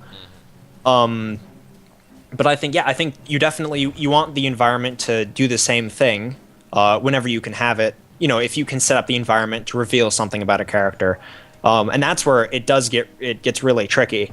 The easiest way to do that is, you know, to have like notes or things like to go, you know, like to Project Genesis. When you're in O'Neill's house, you're not talking to a character, you're not experiencing anything with a character, you're all by yourself, but, you know, there are signs around. And there's even, I had a picture of O'Neill and his wife on the desk. Really? Yeah. Yeah, and you see O'Neill standing there with this woman, and, you know, so you know, oh, okay, he's married. He has a wife. You figured that out without, you know, you didn't ask O'Neill, hey, are you married, what's going on, you know, or that. You saw this picture, and it told you something about the character. And that way, you know, it creates a stronger connection. And I think even like later on in Project Genesis, when you know, when you figure out some more stuff about his wife and certain events happen, you know, I show the picture again. And I think for the players that noticed the picture, they go, oh, that's where that came in. And it's an even bigger impact when you do things with the characters. if you've revealed these things subtly through the environment. Operations. Because I noticed that through a lot with mods now, it's becoming a bit fucking ridiculous with the terms of they just leave hundreds of notes everywhere that are extremely long, and with computer entries that are extremely long. It seems to impart their artificiality within the world, how they don't belong there, rather than finding some creative way to impart exposition to make people feel like they are in the world. The same way you were talking about how you seem to ask a guy, and right there in the middle of a dungeon, surrounded by death claws, for example, he'd tell you his life, he'd tell you about his mother, and what she ate, rather than stuff pertinent to the situation. Yeah, I think that's. I mean, it works in certain circumstances. There's definitely a time and a place where that works, and that's the way to go. But I think there's a reason for the message computer entries to be there. Like someone, obviously this is the most basic reason, like keeping a diary or something like that. Or it's a very common tool that's used, or journals or diaries. Yeah. But yeah, I think overall, you should usually try to you want to reveal things about characters, build the character through events. And the easiest way to do, or the most direct way rather to do that, is to simply have a reason for the player to be with the character. Like an example for this that I've done in Falskaar is if we go back to the two brothers, they had a manor, like a very nice, a giant house that they used to live in, but they don't anymore. And you don't really know why. And instead of just having an option where I can ask them, hey, why don't you live in that really big house anymore? Why are you, living in a cabin in the middle of the woods? That could be one way. I could have done that. But instead, you're given a choice during the main quest to go with them to this manor to do certain things. And while you're there, you're walking through this kind of abandoned, it's run down. No one's been there in a really long time. And as you walk through it, the brothers talk and they comment on things, and they reveal things, and it creates a much better, it's a lot more fun for the player. The player is exploring a new place with these characters instead of just standing there where the characters yell stuff at them. And it really creates I think a stronger experience for the character or for the player. And in terms of beyond creating exposition for stories and general gameplay and stuff like that, we are talking about a game at the end of the day. So in terms of that, how do you sort of add to the mechanics of that? For example, do you give players new perks, new rewards, new anticipations, and a sort of sense of wanting to acquire new loot and new material, or to simply grind away at the world, or to simply just get better in Falskaar? I do have a lot of unique rewards, and I mentioned farmers earlier. I work with that definitely. Like maybe the farmer, I want to build on the farmer's character because he's not just a random person. He's a farmer. He's lived there for a certain amount of time. He has a life. He has things that he does. So if the player helps him. And this is where I would potentially work in those optional objectives. Like maybe this doesn't happen if you do poorly, but if you do really well or you do certain things, I add new and unique items that maybe the farmer makes them. I have one character who she's a tailor, and she special orders cloth from Skyrim. And every day, the cloth doesn't show up one day because it's the whole bandit problem. And the player goes on a thing to solve that. And once they do, the lady then becomes a merchant. And every day she travels into town and she sells the various goods that she's made. And she becomes a new merchant available to the player in this town. So yeah, I think specific rewards are important. And you can definitely use those to build on characters. And you've actually added a new tomb, I think. Shout, I believe. Yes. There are 2 new shouts in my land. That do. I'm in the process of changing what one of them does because I don't like how it works. Excuse me. But yeah, I definitely. I didn't want to lock the player in as the Dragonborn. Yeah. because I know that a lot of players don't. A lot of players roleplay as not the Dragonborn. There are alternate start mods where you're not the Dragonborn. There are ones that let you avoid the main quest. So I didn't want to take my unrelated land and like railroad the player into being the Dragonborn. Yeah. But at the same time, I think it's important that the player has you want to have something that you can call the player. So in my land, the player actually becomes the traveler, and I've created this thing around them. But to go back to the Thumes, I did still want to have those because, whether or not the player is role-playing, I think the shouts are, they're a very big part of Skyrim. They're an entire combat mechanic at your disposal, so I didn't want to just ignore that. I didn't want to throw that out. So I do have shouts. If the player, so desires, they can still find these shouts, and they can learn them, and, they get cool new abilities. In addition to the shouts that are in the base game. So that was definitely something that I wanted to add, and I decided very early on. And then the important part there is, deciding what do the shouts do. Is this really useful? Will the player need this? Is it balanced? And that's what I'm in the process of doing right now. I have one of my shouts, and I don't really like what it does. So, I'll redo probably the effects, and I'll redo what it does and stuff. And of course, all of them are fully voiced. All of the vanilla player voices will have, a different version of the shout. To go right alongside vanilla. So hopefully when the player is using my shouts, even in Skyrim, if they're using my stuff, my goal is to make it so that the player doesn't know that. They don't feel like they're using a shout added by a mod. They're feeling, they feel like they're just using another shout. What kind of advice they would take for modding things if they're making a quest mod? See, that's a good one. Let me think about that.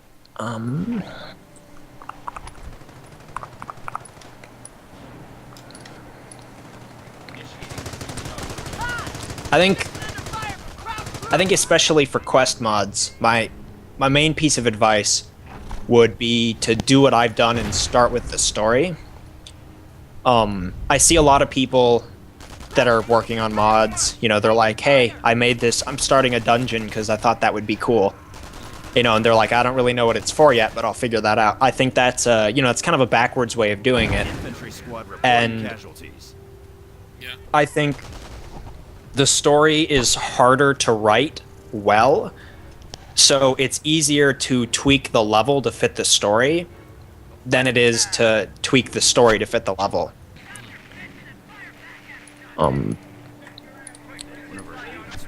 We need to invade.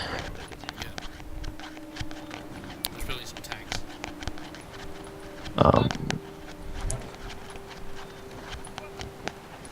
gonna upgrade all these guys.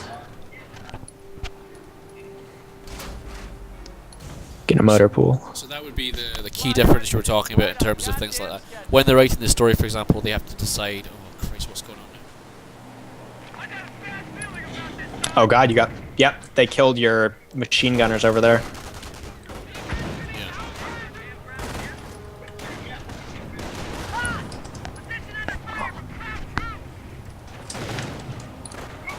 Infantry squad lost. I'll send my army over. See how far I can push. You're gonna push it on that wooden board, Anyway, I'll go across the tiny bridge. In terms of that, so if they writing a story, for example, they can decide how to exposit their story. For example, do they want to, tell their story via the courier or the Dragonborn asking this character a million questions, asking them how their mother is in the middle of a dungeon, surrounded by deathclaws, or do they want that character engaging with his natural environment or having a dialogue with someone and the only questions available to her are pertinent things, for example, things like that. I mean, a few things, for example, the player would only be able to ask the mother question, for example, in his player base, for example, rather than doing those things. Yeah, I think you want to set it up so that the NPCs, like I said, you still want to give them options. You want the NPCs to be able to talk. You want the characters to be able to maybe give their opinions on things as they're happening or as they're relevant. But yeah, I would definitely shy away from just, you know, like maybe going in afterwards and just adding a huge list of things the player can ask them about. Because not only are you're kind of shooting yourself in the foot when you do that, because if the player can ask that, then, you know, there's no point to exposing those things later through like stories or events. You know, because the player might already know that. So, you know, what's the point? Whereas if you don't give the player that option, then, you know, that gives you plenty of choices for story events later where you want to reveal those things. And the other thing is having the characters just kind of say everything like wherever you want, or, you know, having those options available all the time, it kind of kills immersion for a lot of players, and it's kind of weird. Like, you know, like you said, why would you be in, you know, maybe you're in a cave and you're like surrounded by, you know, Falmer or something. Why would this person stop to talk about those things? And that's something that I've always found odd, is I see these things where, you know, they have characters, and the characters will just stop wherever and talk about these things. And really, what I like to do is you have the characters say, like if you really don't want the player talking to them, then you give the character dialogue. Like, if the player tries to talk to them, the character says, "Hey, we'll talk later. This is not the right time to talk." And, you know, they deny the player the option of talking. And what that does is, you know, the player goes, "Oh, okay, that makes sense. We're here. We're in this place. They wouldn't want to talk." You know, and it works for the player, and, you know, it keeps immersion, and it makes a lot more sense than just these NPCs just, you know, dumping their feelings out wherever. You know, they don't care where you are or what's going on. And I think that's a lot better. So yeah, definitely focus on trying to expose as much as you can through specific story events. Or, you know, things that you do with the character, where you're playing alongside the character, as opposed to just shoving it all into a dialogue for the player to, you know, just sit there listening to the person talk forever. This did not go well. No, you're missing a guy. He's basically... The AI made a fool of you. Yeah, they had machine guns that I was hoping they wouldn't. No, because the wee armored truck just pulled back and he just like caught you in the crossfire. It's amazing. I'm retreating. I built a machine gun emplacement, which should keep them off that bridge. Yeah. I'm gonna artillery them, just because the main.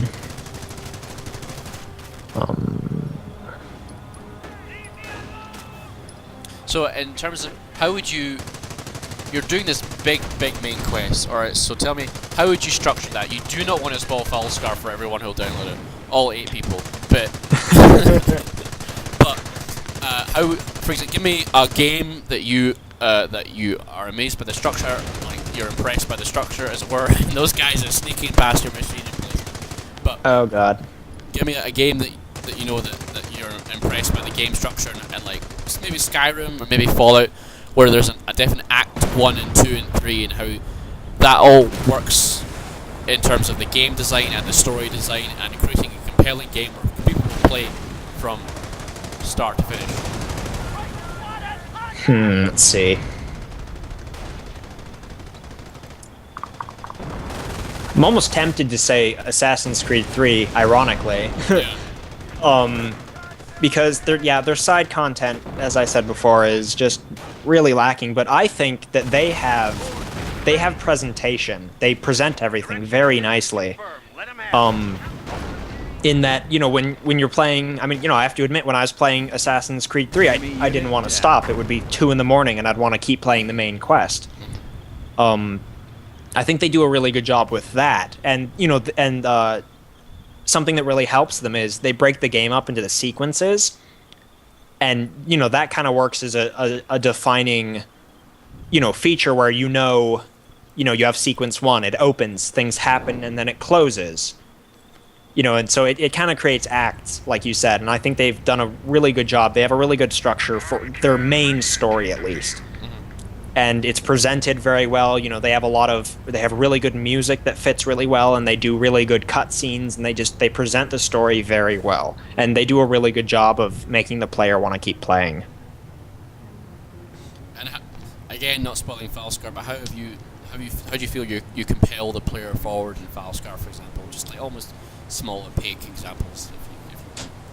I think I do it mainly by giving the player partial information, in that, you know, they kind of see a glimpse of something that might be, you know, cool or crazy, or, you know, that might be you know, a good thing or a really bad thing, but they don't get the whole story, and the only way for them to find out is to keep playing. So I'm hoping that will, you know, it'll compel the player to want to keep playing, and that, you know, they'll be going and they'll learn something, but they don't exactly know everything about it. I don't tell the player everything. And then, you know, they keep playing, and later on they find out more, and you know, I slowly drop like breadcrumbs for the player to you know, to pick up, and as they go, you know, it adds to the story, and it makes everything, you know, it constantly generates interest, and it makes the player want to figure out the rest of whatever I've, you know, shown them a glimpse of. And I have a few events in the main quest, which, yeah, I won't spoil anything for those 8 people, but I have a few events in the main quest they're very big events, and they're very dramatic, and so you play the big event, you know, and you experience it, and then the draw there is that you want to see what happens afterwards. You want to see how that affected people, because again, I have major things that happen. The bandits react to it. They say things about those major events. I have all of the characters. You walk around town, and, you know, after some big event happens, the characters are talking about it. You know, they might comment to you about it or something. So I'm hoping that, you know, that'll create a situation where the player experiences something like crazy, and then, you know, they want to see what's changed because of it, or they want to see how the main characters react, which is where creating these connections would come in really handy.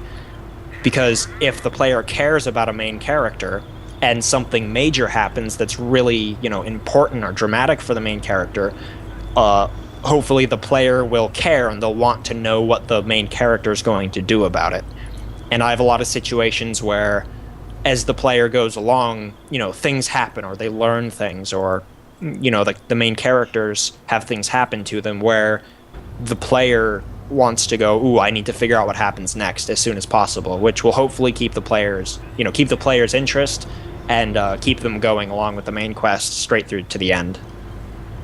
And do you have different pacing and different rhythms? For example, you can have a big battle scene, or a bloody mess at the bottom of a dungeon somewhere where you discover the most gruesome act imaginable, or do you have a slow, quiet dialogue scene in the middle of a castle surrounded by, you know, damsels, as it were, and that kind of thing? Do you create a sort of rhythm between that, like a pacing and stuff like that, or long quests, short quests, things like that? Yeah, I've definitely done that. The opening quests, both. You can complete the main quest is 9 quests long. You can complete the first 2 quests very quickly.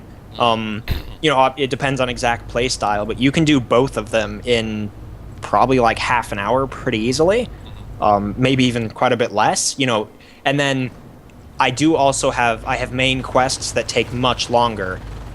There's a lot more detail. I have events where you show up to a place to do something simple, like just to talk to someone, and a huge thing happens. There are battles, there are attacks, there are, you know, ambushes, there are a lot of things within my mod where the situation very quickly goes from you're just having a chat with someone to you know, you're in a big battle, but it all makes sense. You know, it's not just like random and all over the place, because that's definitely a bad thing too. If you know, if the player's expecting one thing and just out of nowhere, like, you know, 6 other really random things happen, then that would be weird and the player might lose interest. So they're all very important and connected, but I definitely do. I have slower parts. I have quieter parts where maybe the player just wants to sit there with a main character, and you know, like I mentioned, the brothers going through their mansion. That's a slow part. You're exploring this old building. You're walking around it. The characters talk as you do so, But then, I also have the other parts where everything's exploding and you don't know what's going on, and it's madness and you're trying to figure it all out. So I've definitely created. I've paid a lot of attention to creating good pacing to keep the player's interest, but not have it constantly be crazy, and to keep things from randomly going all over the place. Cool. Yeah, when in doubt, create 30 tanks. Yeah. That and you've created crocodiles. Those use flamethrowers instead of cannons. Yeah. So you are going to basically burn all of their infantry. I'll create normal tanks. Uh-oh. Artillery. Move your people. Oh no. Up, bridge down. Enemy unit down. That's alright, I artilleried them too. Wow, they have a lot of APCs.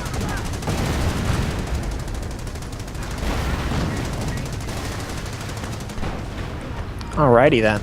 Alright, well, they won't let us finish the game. Jeez, these guys are mean. Well, they're Nazis. Yeah. Do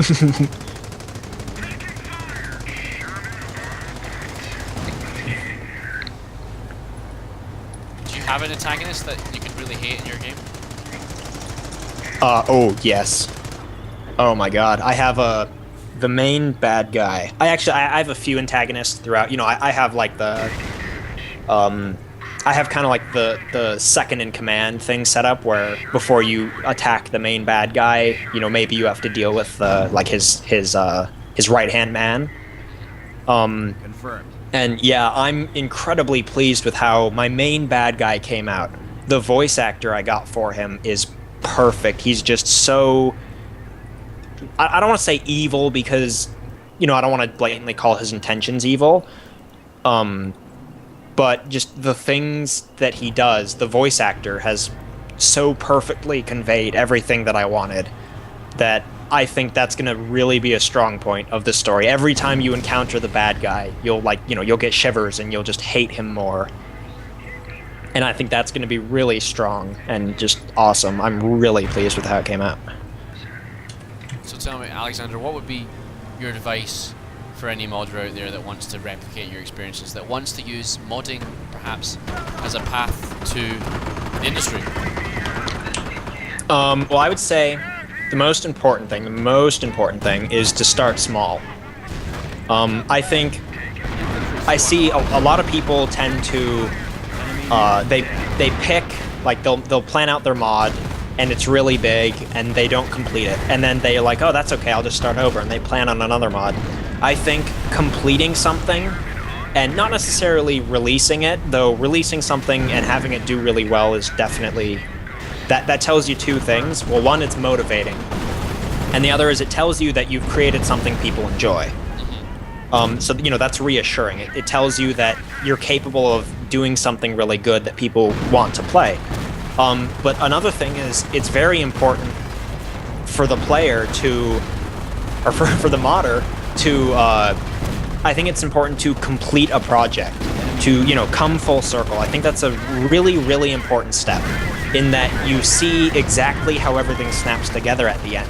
And then you really can tell, what was good that you did, what was bad. If you stop in the middle of a project, then it might not be really obvious what you've done wrong. Sometimes you can fix things. So if you complete the project, then you can see, okay, I fixed that, so that's a fixable thing, that's okay. Whereas, if you just do a whole bunch of projects halfway, then you never go all the way around, and you don't get that experience of completing something. So yeah, I would say start small, definitely complete your projects. Because it really gives you the most experience and shows you what's good and what's bad. And then just work your way up from there. Slowly do bigger and bigger things. I'd say each one of my projects, I followed an odd pattern.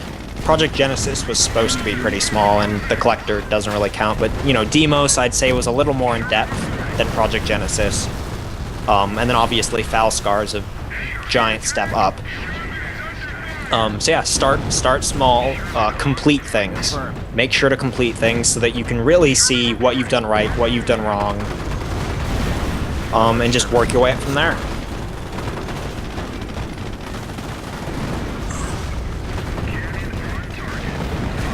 This. It's a clusterfuck. Yeah, this is. We're making these people stronger as a result of us failing over. I keep artillerying them, so that's good. Good idea. I've got one Sherman. Yeah, all of mine are dead. Rifleman. I'm gonna sticky bomb all their APCs. Good idea. Oh god. I don't think it's gonna. Oh god.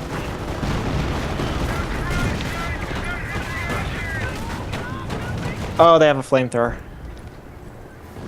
Don't worry, I'll build a. Casualties being reported. Oh. Enemy unit down. See that anti-tank gun right there is doing a number on our tanks. Uh-oh. I think we can build faster than them. I think we're going to win this like we won World War II. We're just going to build more. Potentially. Yeah. We do have more supplies. Oh no, we're tied.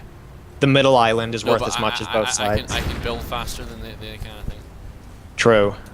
Yeah, you do. You have increased production or whatever it's called. I want to rig the bridge with explosives so we can blow it up if we have to. Oh, I'll just artillery it. Yeah, they won't overwhelm our bases. Oh. Yeah, their anti-tank is trashing my tank. Enemy unit down. I got a few tanks coming in. Oh, bridge is down. I destroyed one of their tanks on it. Ah. We're going to restart that. We're going to get some more engineers. Rebuild that bridge. Yeah. Get the bridge going originally. They can't resupply. They can't build a bunch. We've managed to dent their defensive force, so we're going to push over. I sound like someone who knows what he's talking about. But topic: is there any mods that you particularly do you think a lot of beyond your own mods? Is there any modder you're quite a fan of? Ironically enough, I don't use too many mods. Partially because I don't play the game that much, so I rarely get over like the initial, experience to where I want to mod it. However, I will say my favorite mod ever is definitely Cube Experimental for Fallout 3 by Sure AI, who are, I believe, a German modding group. I think they did a absolutely awesome job with that. The story was really good. The voice acting was really good. The level design was incredibly unique and awesome. So yeah, I'd say that's my favorite mod ever, definitely. Out of the few that I've used. But yeah, there's a bunch of modders around the community that I interact with on a day-to-day basis that I think do a good job. This is not going well. I think we can push though. Right, I might be like the most optimistic person. Oh god. They are easies, so yeah, but yeah. That's why they're mostly making APCs and like mid-level tankery. Alright, you got enough tanks? You ready to go for another go? No, they blew one of them up. I only have 2 left. Alright, I'm gonna wait until I get a person going and... Oh, you know what? Where's my sniper? Oh, he died. Because if we snipe their anti-tank... Enemy unit down. Oh, they repaired the bridge. Well, here they Well, come. We'll take their attack and then we'll attack them. I'm gonna get close enough to mortar, or to artillery them. Come on, tanks, move up. God damn it. Mortar their side, not the bridge, so we can push across. Yeah, I tried to do it far enough. That might damage the bridge, but hopefully it won't destroy it. One of my tanks is down. Enemy unit down. Keep forgetting, Shermans have smoke grenades they can shoot that make them harder to hit.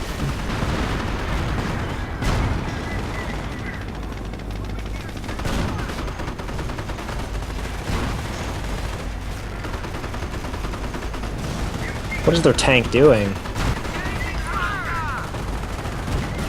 See, they have way too much anti-tank.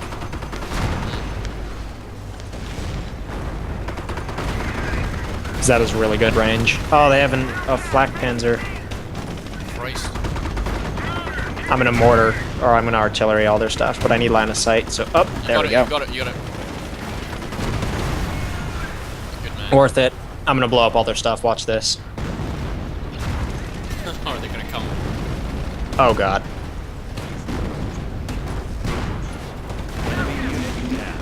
I do think easiers are in some way harder than normals.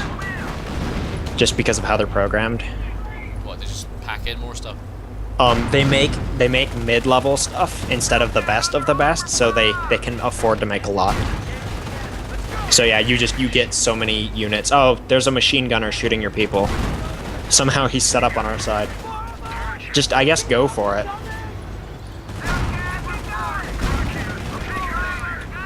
Try to make a mix of crocodiles and normal tanks. Because crocodiles can't do anything to enemy armor. Can they not? Can they not shoot it? No, they have just flamethrowers. I thought they had main cannons. No, those don't work, even though they're there. They're disabled, so they can flamethrower stuff. Reserves are now. Alright, let's go. Yeah, I'm just going for it. What is my tank doing?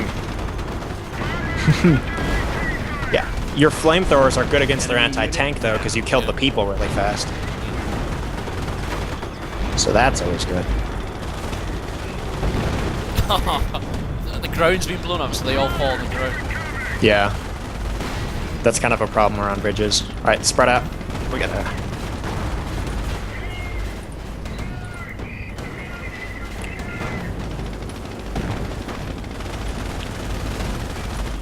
They're all Shermans.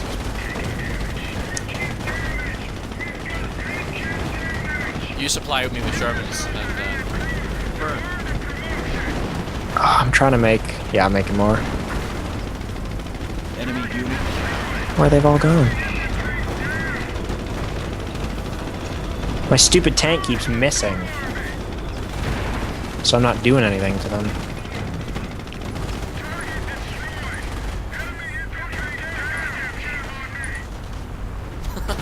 look at my Shermans trying to burn that tank. So go fight the buildings, and I'll have my Shermans fight their tanks. I got another one coming in. I'm making them as fast as I can. I should have gone armor too. Oh, I'm out of manpower. My Sherman's almost destroyed, but it's hanging in. Oh, I'm gonna artillery them some more. Oh, that's the last one I can do though. I had a huge stockpile saved up, but it's gone. Ooh, bam. Enemy unit down.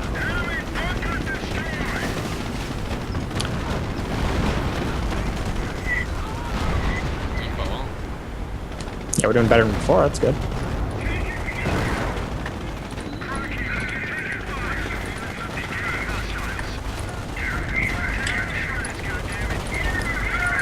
You have a Sherman blocking the bridge. I'll do our sword.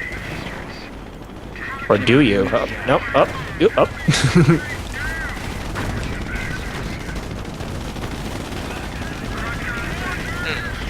Yeah, I'm destroying all their anti-tank and tanks and whatnot.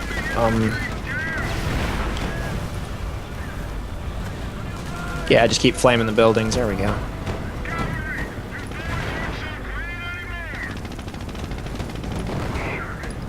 Yeah, we got this now. We've turned the tides of war. It's American industry here. Oh god, they have a panther. Here, Joe. Oh, they have a panther. That's not good. Get behind it. Go pull your Shermans back. Pull them back. You can flank it with the second one. Oh, gunner killed. It's no goddamn use. Oh. Destroyed. Alright, push into their base.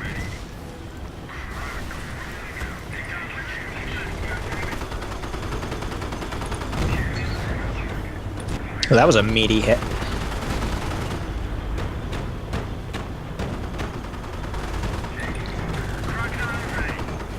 Oh, yes. Okay. Oh, no. Get back here.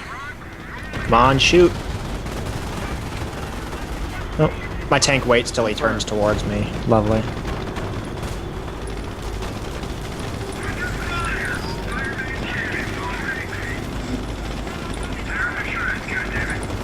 Cool, I missed again. Lovely.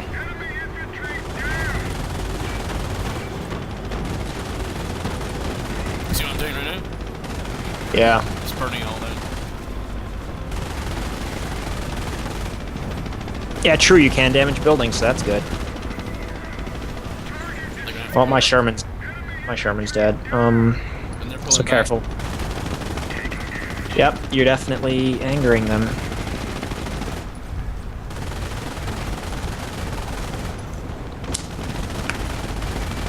You have a Sherman in the middle of the island just getting shot because he can't do anything.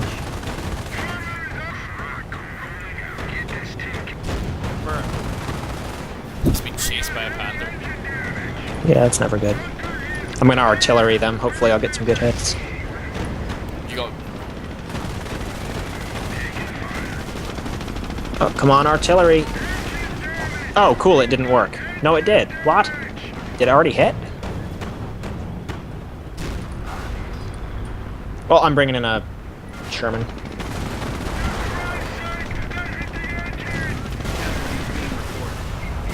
I'll try to kill them all before they destroy your tanks. Turn your tank so their front armor is facing that panther. Just right-click, select a tank, right-click on it, and then drag in the direction you want him to go. And when you release, he'll face that direction.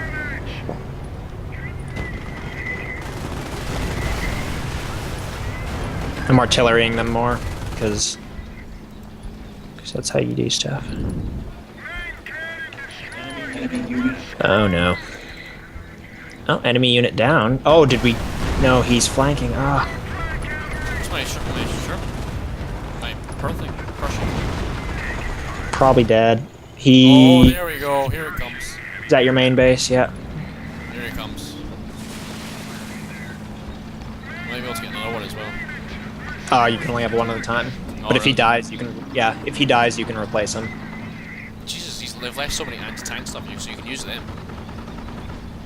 True, yeah, that might not be a bad idea. I think if we just keep pushing tanks. Do you think there's anything left of this little French town?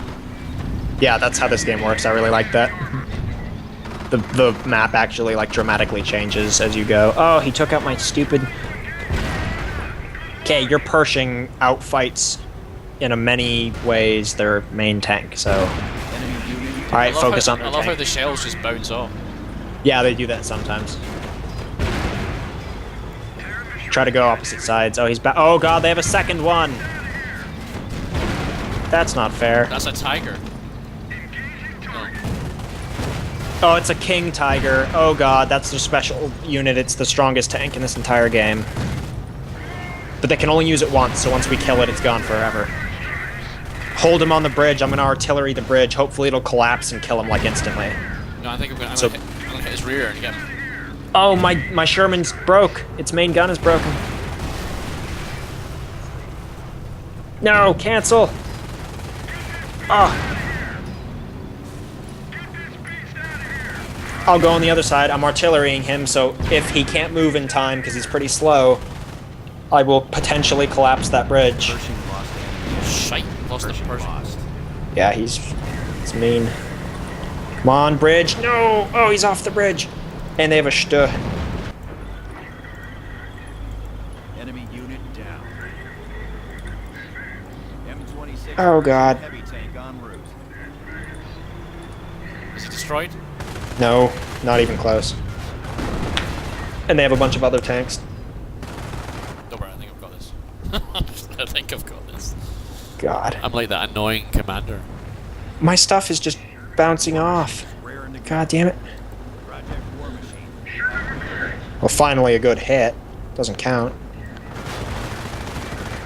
Oh, he's got really long range. I'm probably screwed.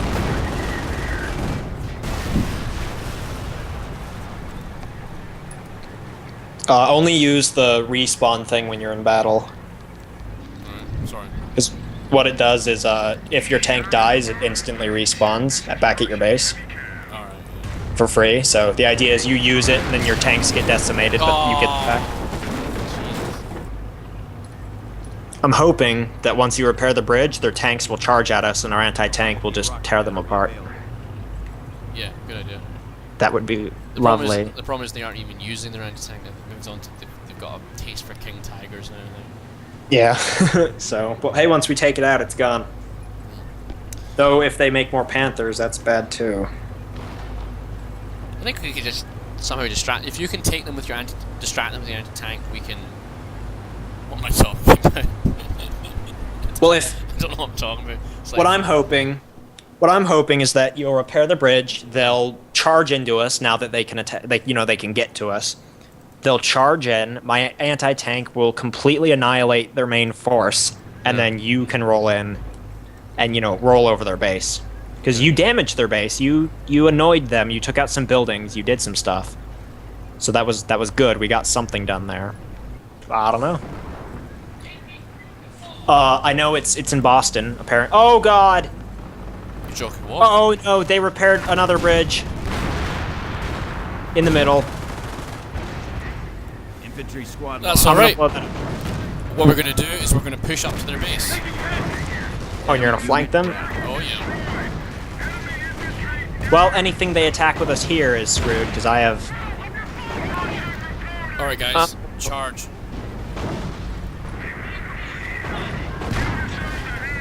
Guys, do. Alright, I'm gonna set up defense, so in the case that they get past something, I can take them out. Watch how fast we destroy that Stug. Look at that. Bam, dead. So is the power of the anti-tank. And they've got this king tiger holding out the back. Yep. No problem. I'll artillery him. Here I go. And I will move my stuff up as a... Like, once you get past the middle island, I'll move all my stuff up to the other side. That is so many tanks. You should probably just back off and let them attack. Infantry squad reporting casualties. Because if you let my anti-tank kill them, then you're good to go, but if they destroy all your No, tanks... They're holding up their rear, so Yeah. Confirmed. Oh, I do have a Sherman. So yeah, spread your tanks out and try to make it so that no matter what, you're attacking from opposite sides. Because, then you're always flanking, and then you win.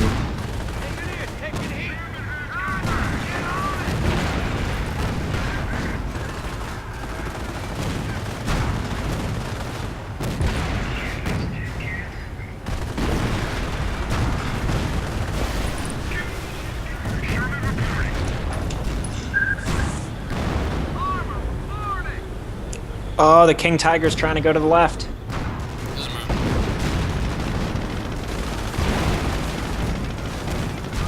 Enemy unit down. Confirmed.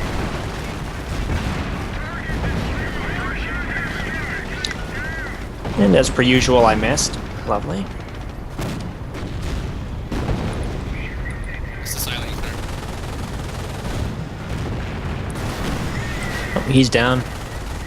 Oh, their King Tiger turned around. It's shooting you again. Where is it? On the bridge over to the left, over here. I'll pull back.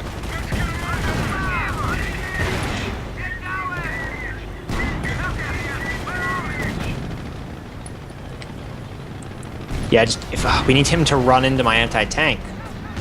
Enemy unit down. Oh, I hope I destroy their bridge. Oh, here he goes. Roger that. I'm moving my anti-tank up to kind of halfway through the island. Good idea. Oh, he destroyed my tank. Good. He's turning his back to me. Go, go, go, go. Go, hit him, hit him. Oh yes, go now. Ooh, rear hit. Rear hit. More rear hard, come on. Oh, miss. Oh, rear hit. That's my M18 Hellcat dealing that tiger some damage. Yeah. There you go. He's done for. He's dealing a lot of damage to you, but you're... Oh, here comes a Stug in the background.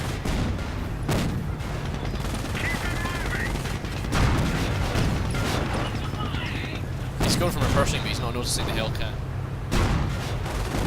Yeah. Get him, get him. Enemy unit. Alright, they're off that side island. Oh, he's entirely. gone, his main gun's destroyed. Nice. Oh, Ah. he's dead.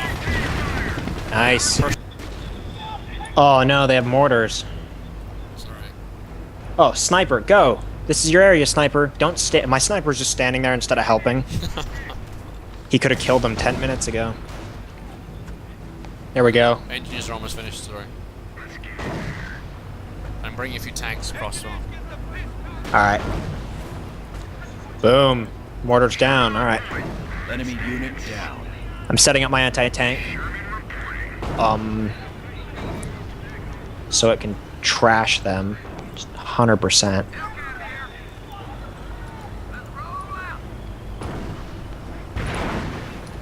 They're gonna have more vehicles on that side of them.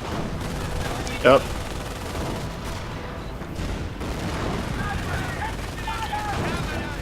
Alright, get your tanks up here. Oh, they have a Panther. Move up just a bit so I have line of sight and I can drop artillery on them.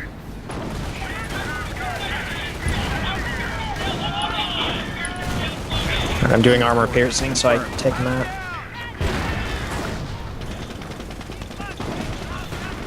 Oh, I'll also call in rangers. I forgot about that. I have a lot of manpower saved up.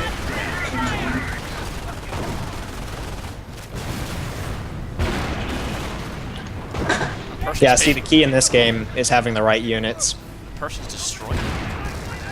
Yeah, Pershing's the most powerful allied tank in the game. Well, my engineers destroyed. Yeah. Hey, I'm taking out their armor nice and fast. With my anti-tank guns. Bam, they're down. You cannot escape me. Alright, I think that's us. Let's go. And I'll have rangers to help support on the ground. Yeah, they pull up to attack and they get shot a bunch by my stuff and then they like run off. Yeah, this town is destroyed. That's what I really like about this game. Roger that. The map very dramatically changes as you play. Watch out for their anti-tank. Oh, I'm gonna artillery them. Hold on. Bam. Oh my god, that's a lot of people. But hey, all their units are pretty weak. I've got this air thing which sorts of wonders. It just seems to make these things amazing. Ooh, I took out their anti-tank, so you're clear to go. There goes their building. Enemy unit down.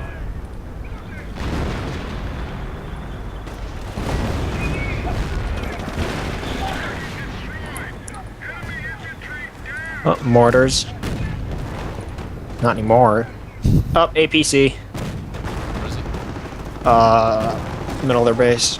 Shooting my rangers up. Alright, move your guys in. If you just like go basically into their base, you're good to go. Got him. Traffic jam. Enemy unit down. Move your front Sherman up so the others can get through. There you go. Oh, Yeah, we win. We so win. Just make sure, watch out for anti-tank if they spawn any, or, you know, create any. Just focus on it real fast. They have a Stug over to the north.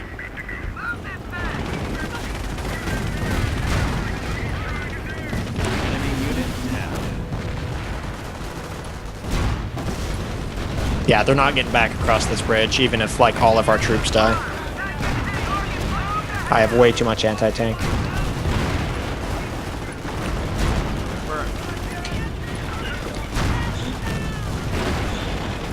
Ooh. Didn't work. Alright.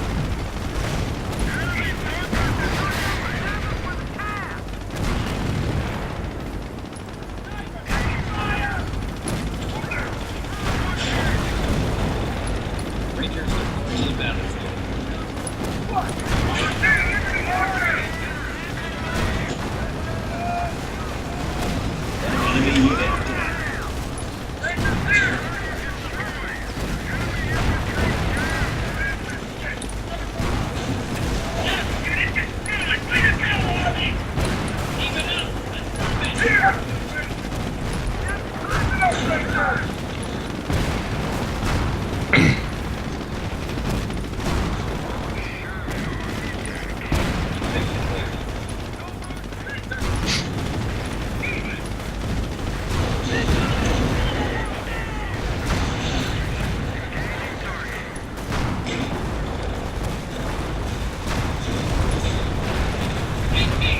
Up, firestorm.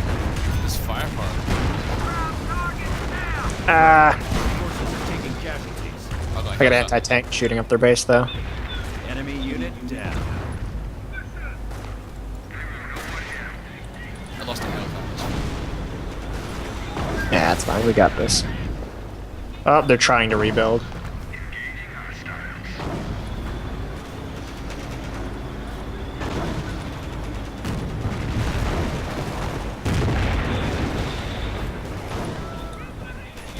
There's another one. Enemy unit down. So yeah, we got this.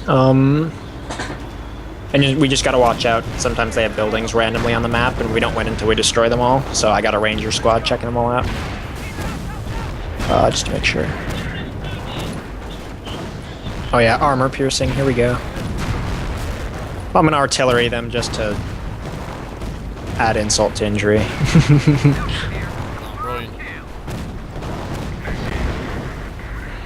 Oh, we win. My artillery's not even gonna hit. Enemy.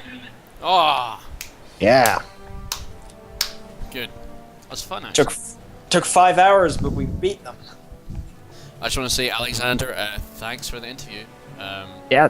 Thanks for interviewing me. And good luck in Falskaar.